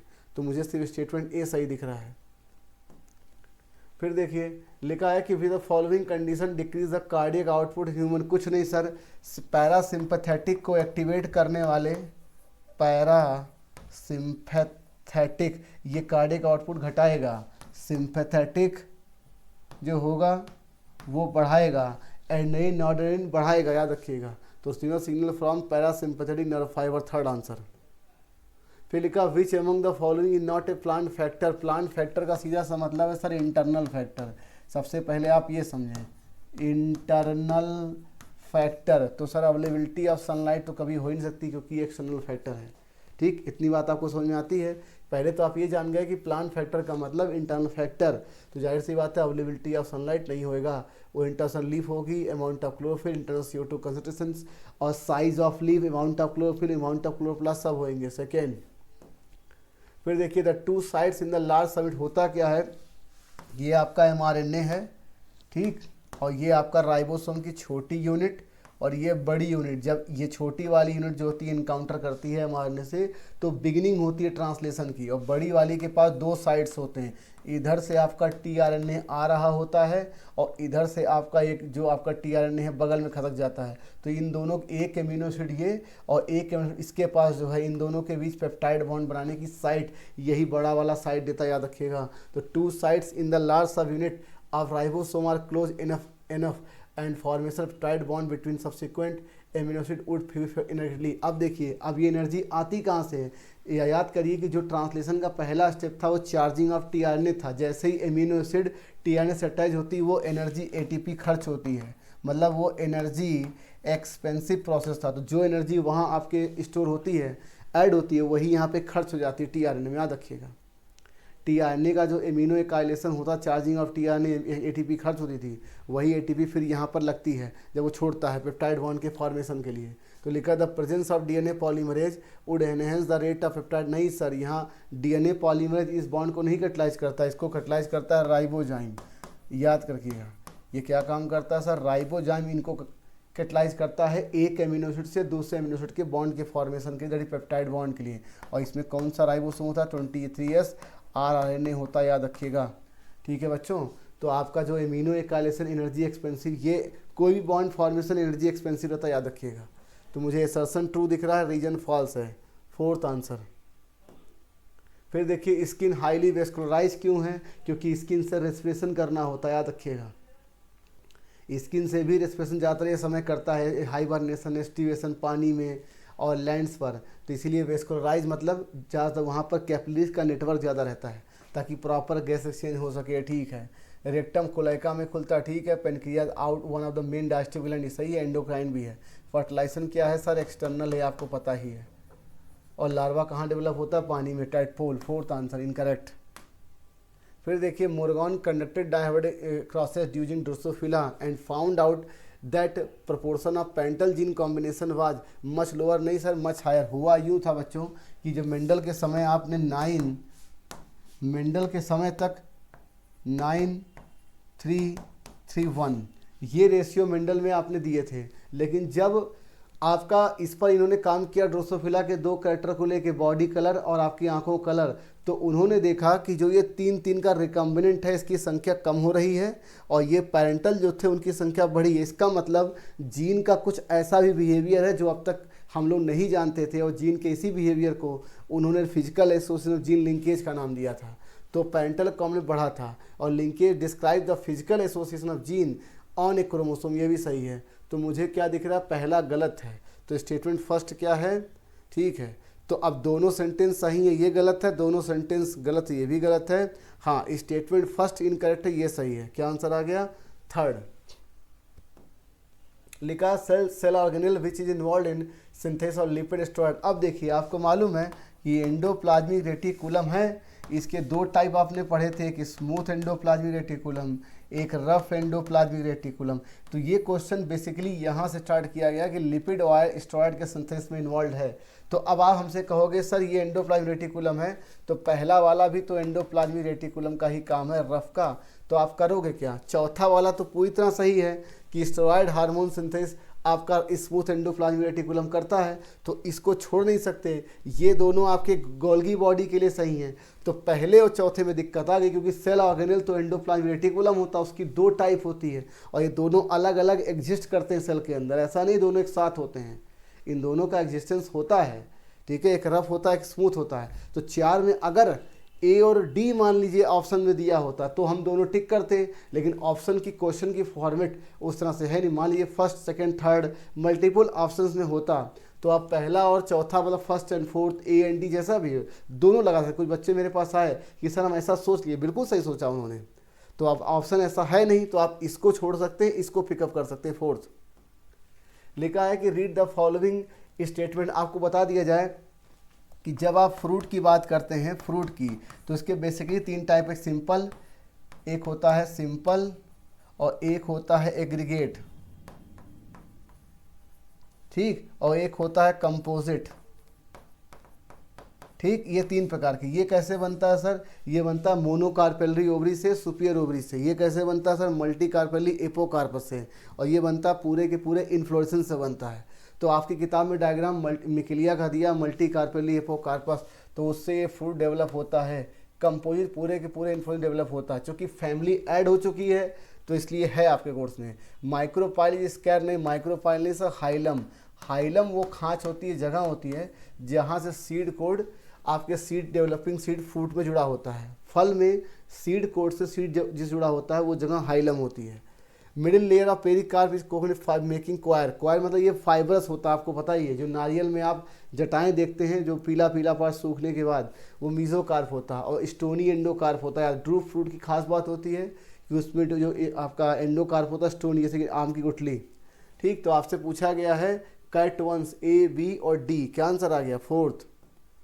फिर लिखा है mark the incorrect statement about aerobic respiration. अब देखिए आपके दिमाग में चलता है कि यूकैरियोट्स में एरोबिक होता है, प्रोकैरियोट्स में एनारोबिक होता है। यूकैरियोट्स में एनारोबिक एरोबिक दोनों हो सकता है, जैसे कि हमारे मसल सेल में आप देखते हैं लैक्टिक है। लेकिन कुछ आपके बैक्टीरिया होते हैं जिनके मीजोसोम में जो कि प्लाज्मा मेम्ब्रेन की इनफोल्डिंग होती है, जैसे कि टीबी का बैक्टीरिया। याद रखिएगा। जो टीबी का बैक्टीरिया होता है उसमें ऐसा होता है, याद रखिएगा। इसके अलावा ई कोलाई, माइकोबैक्टीरियम ट्यूबरकुलोसिस, इसको आप लोग नोट कर लीजिए। कुछ बैक्टीरिया ऐसे होते हैं जिनके आपके मीजोसोम में, ठीक है, और स्टेफिलोकोकाई, इतने, स्टेफिलोकोकस, माइकोबैक्टीरियम और ई कोलाई ऐसे बैक्टीरिया होते हैं जिनमें आपका एरोबिक पाया जाता है। ईटीएस चलता है, क्रेब साइकिल चलती है, लिंक्रेज चलता है, याद रखिएगा। तो आप ये कहेंगे मोस्ट कॉमन हायर ऑर्गेनिज्म, बिल्कुल ठीक है। It involves complete oxidation of organic substance, बिल्कुल सही है। It does not occur any prokaryote, ये गलत है, कुछ प्रोकैरियोट्स में होता है। और वैसे भी मान लीजिए आपको ये बात नहीं पता थी तो कम से कम पहला, दूसरा, चौथा तो आपको पता था ना कि glycolysis is the first step of aerobic respiration and it does not involve release of CO2, ये बिल्कुल सही है। तो बाकी के फर्स्ट, सेकेंड, फोर्थ आप जानते थे, तो थर्ड तो अपने आप ही आप निकाल लेते। फिर लिखा select the characteristic true for wind point. कुछ नहीं, विंड में आपको पता था कि लाइट नॉन स्टिकी होना चाहिए, कहीं चिपके ना। वेल एक्सपोज स्टेमन, मतलब हवा से स्टेमन से पॉलन ग्रेन उड़ जाए फटने के बाद। फिर लार्ज फेदरी स्टिग्मा, ताकि ट्रैप कर सके पॉलन ग्रेन को। लेकिन सर सिंगल ओव्यूल होना चाहिए, ये आपकी किताब में कैरेक्टरिस्टिक दिया हुआ है। और लिखा म्यूसिलेज कवरिंग, ये वाटर पॉलिनेटेड प्लांट का है, ये तो आप जानते ही हैं, वाटर पॉलिनेटेड प्लांट का कैरेक्टर है, ठीक। तो मुझे दिख रहा है फर्स्ट, सेकेंड, थर्ड यही सही है, फोर्थ आंसर। फिर देखिए, if hybrid toll P plant is self, what percent of F1 individual would be the true breeding line regarding the plant height. कुछ नहीं, आपको मालूम है कि अगर मैं कैपिटल T की सेल्फिंग करूं तो मुझे क्या मिलता है sir, capital T, capital T, capital T small t, capital T small t, small t small t। अब ट्रू ब्रीडिंग लाइन मतलब जो कि होमोजाइगस की बात आप करेंगे। और प्लांट हाइट, यहाँ टाल और डॉर्फ की बात नहीं हो रही है। तो मैं अगर मैं टाल मानूं, ये ट्रू ब्रीडिंग है, और ये डॉर्फ है, ये ट्रू ब्रीडिंग है, तो आउट ऑफ ये दो ट्रू ब्रीडिंग होंगे, मतलब दो, कितने में, 4 में, क्या आंसर आ गया, 50%। ये गलती मत करिएगा, ट्रू ब्रीडिंग लाइन लिखी है तो आप केवल टॉल लेंगे, ये डोमिनेंट ट्रू ब्रीडिंग लाइन है और वो रिसेसिव ट्रू ब्रीडिंग लाइन है, first answer. Neurons are excitable cell because their membranes are polarized state, channels present on the neural membrane are selectively permeable to different ions, ये तो ठीक है, लेकिन protein के लिए गलत है, प्रोटीन के लिए परमिएबल नहीं सटिवली। फिर लिखा during the polarise state of a neuron there are more Na+ outside the cell than inside, बिल्कुल ठीक है। कहते हैं जब पोलराइज कंडीशन है, नॉर्मल की बात आप कर रहे हैं, तो बाहर सोडियम ज़्यादा है Na+ और सोडियम अंदर कम है, याद रखिएगा, ये ठीक लिखा है। और ionic gradient across the resting membrane is maintained by the sodium potassium pump, ये ठीक है। तो क्या आंसर आ गया, सेकेंड, यही गलत था। फिर देखिए set the correct match regarding table human and frog. अब ह्यूमन एंड फ्रॉग को कंपेयर किया गया, क्या बातें इन दोनों में नहीं है आपको पता, थायराइड, पैराथायराइड, पैनक्रियाज, लीवर, ये सब गॉल ब्लैडर, ये फ्रॉग में भी होते हैं, केवल थायराइड नहीं होता इसमें, गलत। सेबल हेमिस्फीयर दोनों में पेयर्ड है, ये भी गलत है। हिपैटिक पोर्टल सिस्टम दोनों में प्रेजेंट है, लेकिन फ्रॉग में रीनल पोर्टल सिस्टम भी है, ह्यूमन में नहीं है। फिर पोन्स जो है ह्यूमन में प्रेजेंट है और फ्रॉग में एब्सेंट है, ये सही है। तो ये सही है भाई, यही सही है, फोर्थ आंसर। ये क्वेश्चन इस बात पे था बच्चों कि आपको ये बात पता है कि कौन सी चीज़ फ्रॉग में है, कौन सी ह्यूमन में है और कैसे आपस में रिलेट करते हैं, फोर्थ आंसर यही सही है। फिर देखिए steps included in DNA fingerprinting are as follows. कुछ नहीं सर, आपको पता है सबसे पहले क्राइम सीन से आपको क्या मिलेगा सर, आइसोलेशन ऑफ DNA। तो भाई आइसोलेशन ऑफ DNA ही कर लो, ई, दैट इज़ ई, कुछ नहीं सर। पहले तो आप DNA को आइसोलेट करेंगे, फिर उस DNA जो मिला है उसमें digestion of DNA by restriction endonuclease, that is B. उसके बाद सेपरेशन करेंगे, सी। उसके बाद क्या करेंगे, आप उसको ट्रांसफ़र करेंगे, ब्लॉटिंग करेंगे किसी पेपर पे, फिर उसको प्रूफ से हाइब्रिडाइज करेंगे। क्या आंसर आ गया, first, EBCDA, that is first answer, ठीक। अब आपके दिमाग में ये आ रहा होगा कि सर आइसोलेशन तो हम लोग पढ़ते हैं डाइजेशन और सेपरेशन के बाद, वो तब पढ़ते हैं जब हमें सिर्फ एक पार्टिकुलर DNA निकालना होता है, ठीक। मान लीजिए हमें कोई पार्टिकुलर DNA ही निकालना था, यहाँ तो क्राइम सीन से आपको DNA मिला तो आपको पूरा का पूरा DNA, अधिक से अधिक DNA चाहिए होता, वहाँ केवल एक पार्टिकुलर DNA किसी सेल या किसी जीव से निकाल के फिर उसकी कॉपी बनानी होती थी। यहाँ आपको पूरी की पूरी DNA की प्रोफाइलिंग करनी है। या तो हम क्या मान लीजिए अगर ऐसा आप सोचते भी हैं कि सबसे पहले सर क्या करेंगे, डाइजेशन करेंगे, उसके बाद सेपरेशन और उसके बाद करेंगे जीन को आइसोलेट, तो भाई साहब BCE का कहीं ऐसा कुछ दिया ही नहीं है फर्स्ट आंसर, ये बायोटेक की तरह नहीं चलेगा, याद रखिएगा। फिर लिखा mRNA प्रोवाइड टेम्पलेट, ये आपको पता है। tRNA में नहीं सर, टीआरएनए आपका एडाप्टर की तरह काम करता है, कैटरिक करता है आरआरएनए, ये ठीक है। फिर सिग्मा फैक्टर इनिशिएशन के लिए, रो फैक्टर टर्मिनेशन के लिए, याद रखिएगा। तो क्या आंसर आ गया? सेकेंड। तो टीआरएनए एडाप्टर के लिए काम करता है और कैटरिक पावर किसकी होती है? आरआरएनए की होती है। अब देखिए कुछ नहीं सर, आपने पढ़ा होगा जो इक्वेशन आपने पढ़ा है NT+1 बराबर NT प्लस आपने पढ़ा है कि B+I माइनस D+E। तो जो ये n पढ़ा है आपने, ये काहे के लिए पढ़ा? Population density that is n। क्या आंसर आ गया? सेकेंड। कुछ नहीं सर, ये इसकी ओरिजिन प्लेस है, ओरिजिन, और ये इसका डिस्टल सबसे आउटर मोस्ट है, तो यही इसका प्रॉक्सिमल छोर है। ये प्रॉक्सिमल है, ये डिस्टल है, ठीक है। तो यहाँ से गया और यहाँ गया, तो मैं इधर से इधर चल रहा हूँ, मतलब प्रॉक्सिमल टू डिस्टल चल रहा हूँ। सबसे पहले मेरा क्या आएगा? D, उसके बाद E, उसके बाद C, उसके बाद B, उसके बाद A। लेकिन आपको ये बात पता होनी चाहिए कि रूट की ओरिजिन ये यहाँ से हुई, ये प्राइमरी रूट निकला, फिर सेकेंडरी, फिर टर्सरी, इस तरह से चलता है। तो ओरिजिन प्लेस प्रॉक्सिमल और आपका ये आपका डिस्टल। तो क्या आंसर आ गया? DECBA, first answer. फिर देखिए what is the correct sequence of pH in given. कुछ नहीं सर, पीएच आपको पता है कि पीएच निकालने के लिए आप inversely proportional to active mass of a निकालते हैं, ठीक। और आपको मालूम है कि जो आपकी 7 अगर लेंगे तो सर न्यूट्रल होता है, और अगर मान लीजिए 7 से कम हो जाए तो आपका एसिडिक कंडीशन, और सर 7 से ज़्यादा हो जाए तो मान लीजिए ये वाला 7 से अधिक हो जाए तो क्या होगा सर? Basic condition. इसका मतलब जो एमिनो एसिड एसिडिक है उसका पीएच सबसे कम, उसके बाद न्यूट्रल एमिनो एसिड, उसके बाद एल्कलाइन एमिनो एसिड। तो आपको पता है कि लाइसिन और हिस्टडीन ये बेसिक एमिनो एसिड है। आपको मालूम है ग्लूटामिक एसिड, एस्पार्टिक एसिड ये एसिडिक एमिनो एसिड है। और इसके अलावा जितने भी हैं वो सब के सब क्या हैं? Glycine, serine, alanine, valine, isoleucine, leucine, ये सब के सब क्या हैं? न्यूट्रल हैं। तो मैं क्या करूँगा, जब भी मुझे इंक्रीजिंग ऑर्डर निकालना होगा तो सबसे पहले मैं acidic amino acid, neutral amino acid, basic amino acid. तो भैया एसिडिक एमिनो क्या है? एस्पार्टिक एसिड, ग्लाइसिन न्यूट्रल और लाइसिन बेसिक है। क्या आंसर आ गया? फर्स्ट। ये इंक्रीजिंग ऑर्डर ऑफ पीएच है, याद रखिए। पीएच 7 से कम, 7 से ज़्यादा। कुछ नहीं सर, आपको मालूम था कि एक हेप्लॉइड सेल हाइफा ये, एक हाइफा ये, जब आपस में फ्यूज करते हैं तो सबसे पहला काम क्या होता है? प्लाज्मोगैमी, और कुछ देर के बाद उनके न्यूक्लियस फ्यूज कर जाते हैं, कैरियोगैमी। फिर बनता है आपका जायगोट, जायगोट में होती है मियोसिस। तो मियोसिस के बाद क्या बनता है sir? Formation of haploid spore. तो सर मुझे दिख रहा है कि A, B, C और D यही इसका सही आंसर है, सेकेंड आंसर। पहले प्लाज्मोगैमी, कैरियोगैमी, जायगोट बना, मियोसिस हुआ, उसके बाद formation of haploid spores, ABC, second answer. कुछ नहीं सर, आपको इतना पता है कि जब आपने C4 पाथवे देखा था तो ये आपका मीजोफिल वाला केस है और ये आपका बंडल सीथ वाला केस है। ये बंडल सीथ दिया हुआ है। यहाँ पर आपका PEP और CO2 ये जुड़ गया, क्या बन गया? OAA। और ये ट्रांसपोर्ट किस रूप में होता है सर? या तो एस्पार्टिक एसिड, और किताबें लिखती हैं कि मैलिक एस्पार्टिक एसिड में ट्रांसफॉर्म होता है तो ट्रांसपोर्ट होता है, मतलब ये C4 एसिड है। और यहाँ इसका होता है डीकार्बोक्सिलेशन, तो CO2 निकलती है, और इसी CO2 निकलने की वजह से रुबिस्को कार्बोक्सिलेज की तरह काम करता है। और जो आपका एसिड बच जाता है PEP मतलब C3 एसिड, वही ऊपर जाके फिर ट्रांसपोर्ट होता है फर्स्ट फिक्सेशन के लिए। तो सबसे पहला काम क्या हुआ? Fixation of atmospheric CO2 that is A, ठीक। उसके बाद फॉर्मेशन ऑफ OAA, उसके बाद फॉर्मेशन ऑफ एस्पार्टिक एसिड या मैलिक एसिड, फिर इसका डीकार्बोक्सिलेशन हुआ दैट इज D, और transport of C3 acid that is E। तो ABCDE क्या आंसर आ गया? सेकेंड।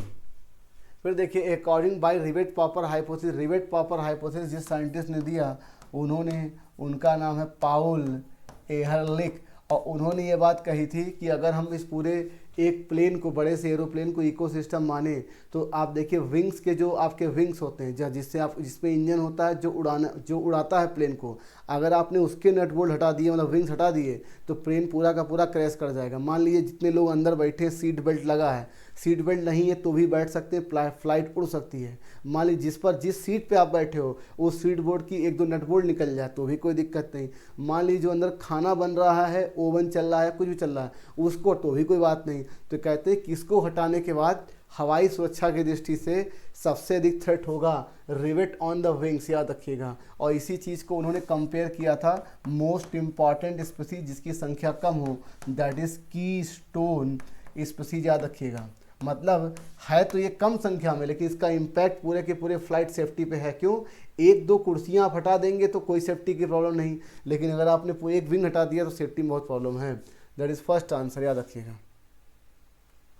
लिखा identify the correct feature of coconut और मैंगो कोकोनट, ये दोनों के दोनों फ्रूट ड्रूप हैं, मोनोकार्पेली सुपीरियर ओवरी से डेवलप होते हैं, याद रखिएगा। और इनमें ईपीकार्प, मीजोकार्प, एंडोकार्प तीनों होता है, लेकिन ये एडिबिलिटी अलग होती है। मैंगो में मीजोकार्प एडिबल है, और जो आपका नारियल है कोकोनट उसमें एडिबल आपका एंडोस्पर्म होता है। अगर पानी पीते हैं तो फ्री न्यूक्लियर एंडोस्पर्म, और अगर मान लीजिए सफ़ेद वाली कैरनल खाते हैं तो cellular endosperm. In both fruit are drupe, endocarp edible in both, ये गलत है। Mesocarp in coconut fibrous and mango it is fleshy, ठीक है। In both fruit develop from monocarpellary superior ovary. तो मुझे फर्स्ट, थर्ड, फोर्थ यही सही दिख रहा है। क्या answer? Second. Next, active transport energy dependent है, आपको पता है, जैसे सोडियम पोटेशियम पंप। उसके बाद देखिए पराक्सीसोम इज ए पार्ट ऑफ, नहीं सर, नॉट पार्ट ऑफ। क्यों? Golgi body, endoplasmic reticulum, vacuole और लाइसोसोम, ये चार चीज़ें थी जो आपके एंडो मेम्ब्रेन सिस्टम का पार्ट थी। एक सेल के अंदर मेम्ब्रेन बाउंड सिस्टम था, ठीक। और इनके फंक्शंस आपके वेल कोऑर्डिनेट थे, स्ट्रक्चर भले ही एक समान ना दिखे। ऑस्मोसिस पैसिव प्रोसेस आपको पता था कि पानी का किसी एक सेमीफाइड मेम्ब्रेन के अलॉन्ग जाना, इसको बोलते हैं ऑस्मोसिस। अगर किसी केमिकल का जाएगा तो बोलेंगे केमियोसिस। जैसे कि प्रोटॉन गया था थाइलाकॉइड मेम्ब्रेन के आर पार, जैसे कि प्रोटॉन गया था क्लोरोप्लास्ट के मेम्ब्रेन के आर पार। और 52% प्रोटीन एथ्रोसाइट में होता है सर, और 40% क्या होती है? लिपिड होती है, याद रखिएगा। थर्ड, सेकेंड आंसर लिखा है कि वॉलवॉक्स। अब देखिए क्लोरोफाइसी में आइसोगेम्स, एनाइसोगेम्स, उगेमस तीनों। फियोफाइसी में आइसो, एनाइसो, उगेमस तीनों। रेड एल्गी में उगेमस, और रेड एल्गी से आगे ब्रायोफाइट, टेरिडोफाइटा जितने भी हैं सब में उगेमस। तो भाई वॉलवॉक्स उगेमस है, यूलोथ्रिक्स आइसोगेमस है। पॉलीसेफोनिया रेड एल्गी इसमें आइसोगेमस नहीं उगेमस, और स्फेग्नम मॉस है तो उगेमस। Third answer. फिर देखिए पॉलीसेपेलस का मतलब होता है सेपल्स फ्री, ऐसे ही पॉलीपेटल्स का पेटल्स फ्री। गैमोसिपेलस का मतलब सेपल्स फ्यूज, और गैमोपेटल्स का सेपल्स क्या? Petals fuse. Superior ovary brinjal में होती है सर। ई ब्रैक्टिएट का मतलब विदाउट ब्रैक्ट, और ब्रैक्टिएट का मतलब विथ ब्रैक्ट। और पेरिकार्प क्या है सर? ये फ्रूट वाल्व है, ठीक। ओवरी वाली फ्रूट वाल्व बदल जाती है फर्टिलाइजेशन के बाद। तो ए फर्स्ट, सेकेंड, थर्ड, फोर्थ इसी सीक्वेंस में है सर, सेकेंड आंसर। नेक्स्ट, फिर देखिए set the correct match. Chloroplast में फोटोफॉस्फोराइलेशन, ए सेकेंड। माइटोकॉन्ड्रिया ऑक्सीफॉस्फोरेशन। फ्लैजिला में एक्सोनीम, और गोल्गी ऑपरेटर्स में सिस्टर्नी होती है sir, third answer.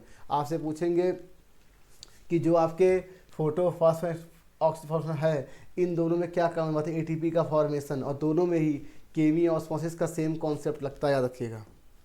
Next, acetic acid produce acetobacter aceti, एक बैक्टीरिया है। Citric acid aspergillus niger, fungus है। इसके अलावा lactic acid butyric acid bacteria से आता है। आपको स्लाइम मोल्ड आपको पता है कि ये आपका एक प्रकार का प्रोटिस्टा है, सेकेंड आंसर। फिर देखिए what is the role of pills as contraceptive? Inhibit ovulation, implantation, ठीक है। सर्वाइकल म्यूकस की क्वालिटी ख़राब करते हैं। फाइगोसाइटोस्पर्म जो होता है ये आईओडी का काम होता है, इसका नहीं होता। ए बी सी, क्या आंसर आ गया? फर्स्ट, ठीक है। तो आप कॉन्ट्रासेप्टिव पिल्स के रोल होते हैं। वैसे भी कॉन्ट्रासेप्टिव वही होते हैं जो फर्टिलाइजेशन इम्प्लांटेशन को रोकते हैं, कैसे भी करके। आपने सर्वाइकल म्यूकस की क्वालिटी ख़राब कर दी, स्पर्म चल के प्रॉपर्ली जा नहीं पाएगा। Set the correct statement for microbes. अब देखिए माइक्रोब्स और माइक्रो क्या चीज़ है? जब आप माइक्रोब्स की बात करते हो तो इसमें नॉन लिविंग और लिविंग ये दोनों आएंगे। इसमें बैक्टीरिया भी आएगा, प्रियॉन्स भी आएगा, वायरॉइड्स भी आएगा, फंजाई भी आएगा, प्रोटोजोआ भी आएगा। लेकिन सर जब आपने माइक्रो ऑर्गेनिज्म कह दिया तो इसका मतलब है कि इसमें वायरस नहीं आएगा, प्रियॉन्स नहीं आएगा, वायरॉइड नहीं आएंगे। इसमें केवल लिविंग आएंगे, प्रोटोजोआ, यूनिसेलुलर ये सब आएंगे, रखिएगा। तो भैया ऑल मेंबर लिविंग ये गलत, ऑल यूनिसेलुलर ये भी गलत, ऑल मल्टीसेलुलर ये भी गलत। क्यों? ऐसी फंजाई जिनकी कॉलोनियाँ देखी जा सकती हैं, इंडिविजुअल को नहीं देखा, जो मल्टीसेलुलर है। मल्टीसेलुलर का मतलब ये नहीं जो दिखाई पड़े, जिनके जो टिश्यू ऑर्गन बनते हैं उनका अपीयरेंस होता है। आप देखिए आपके घरों में फंगस लग जाता है चावल मतलब कोई भी सब्जी पर या ब्रेड पर, तो वो कहाँ दिखाई पड़ता है? कोई फंगस लग जाता है, दिखाई कहाँ पड़ता है? ठीक है। तो मल्टी सेलुलर सब नहीं है, यूनिसेलुलर सब नहीं है, सम लिविंग है, सम नॉन लिविंग है, that is B only, second. Next, select the incorrect taxonomic. Cat आपको मालूम है एक प्रकार का क्या है, कार्डेटा है, इसका फाइलम कार्डेटा है, ठीक। तो इसका मतलब कार्डेटा इसका फाइलम है, और सर वर्टिब्रेटा क्या है, इसका सब फाइलम है, और सर इसका सुपर क्लास क्या है, टेट्रापोडा है, पहली बात। और इसका क्लास क्या है सर, मैमेलिया है, याद रखिएगा क्लास मैमेलिया है। और इसका ऑर्डर क्या है सर, कार्निवोरा, इसकी फैमिली फेलिडी, ये भी ठीक है। और इसका जीनस फेलिस, लेकिन सर प्राइमेटा ऑर्डर है सर वो मैन का है, प्राइमेटा ऑर्डर एप्स का है, प्राइमेटा ऑर्डर जो है सर वो मंकी का है, तो यही गलत है। तो प्यारे बच्चों सेशन यहीं से ख़त्म हुआ। कमेंट बॉक्स में बताइए कि सेशन आपको कैसा लगा। आज आपका एक क्वेश्चन में ये आंसर चेंज है, 145 में आंसर आपको सोल्यूशन में पहला दिया जा रहा है, तो उस पर चौथा आंसर किया गया है, याद रखिएगा।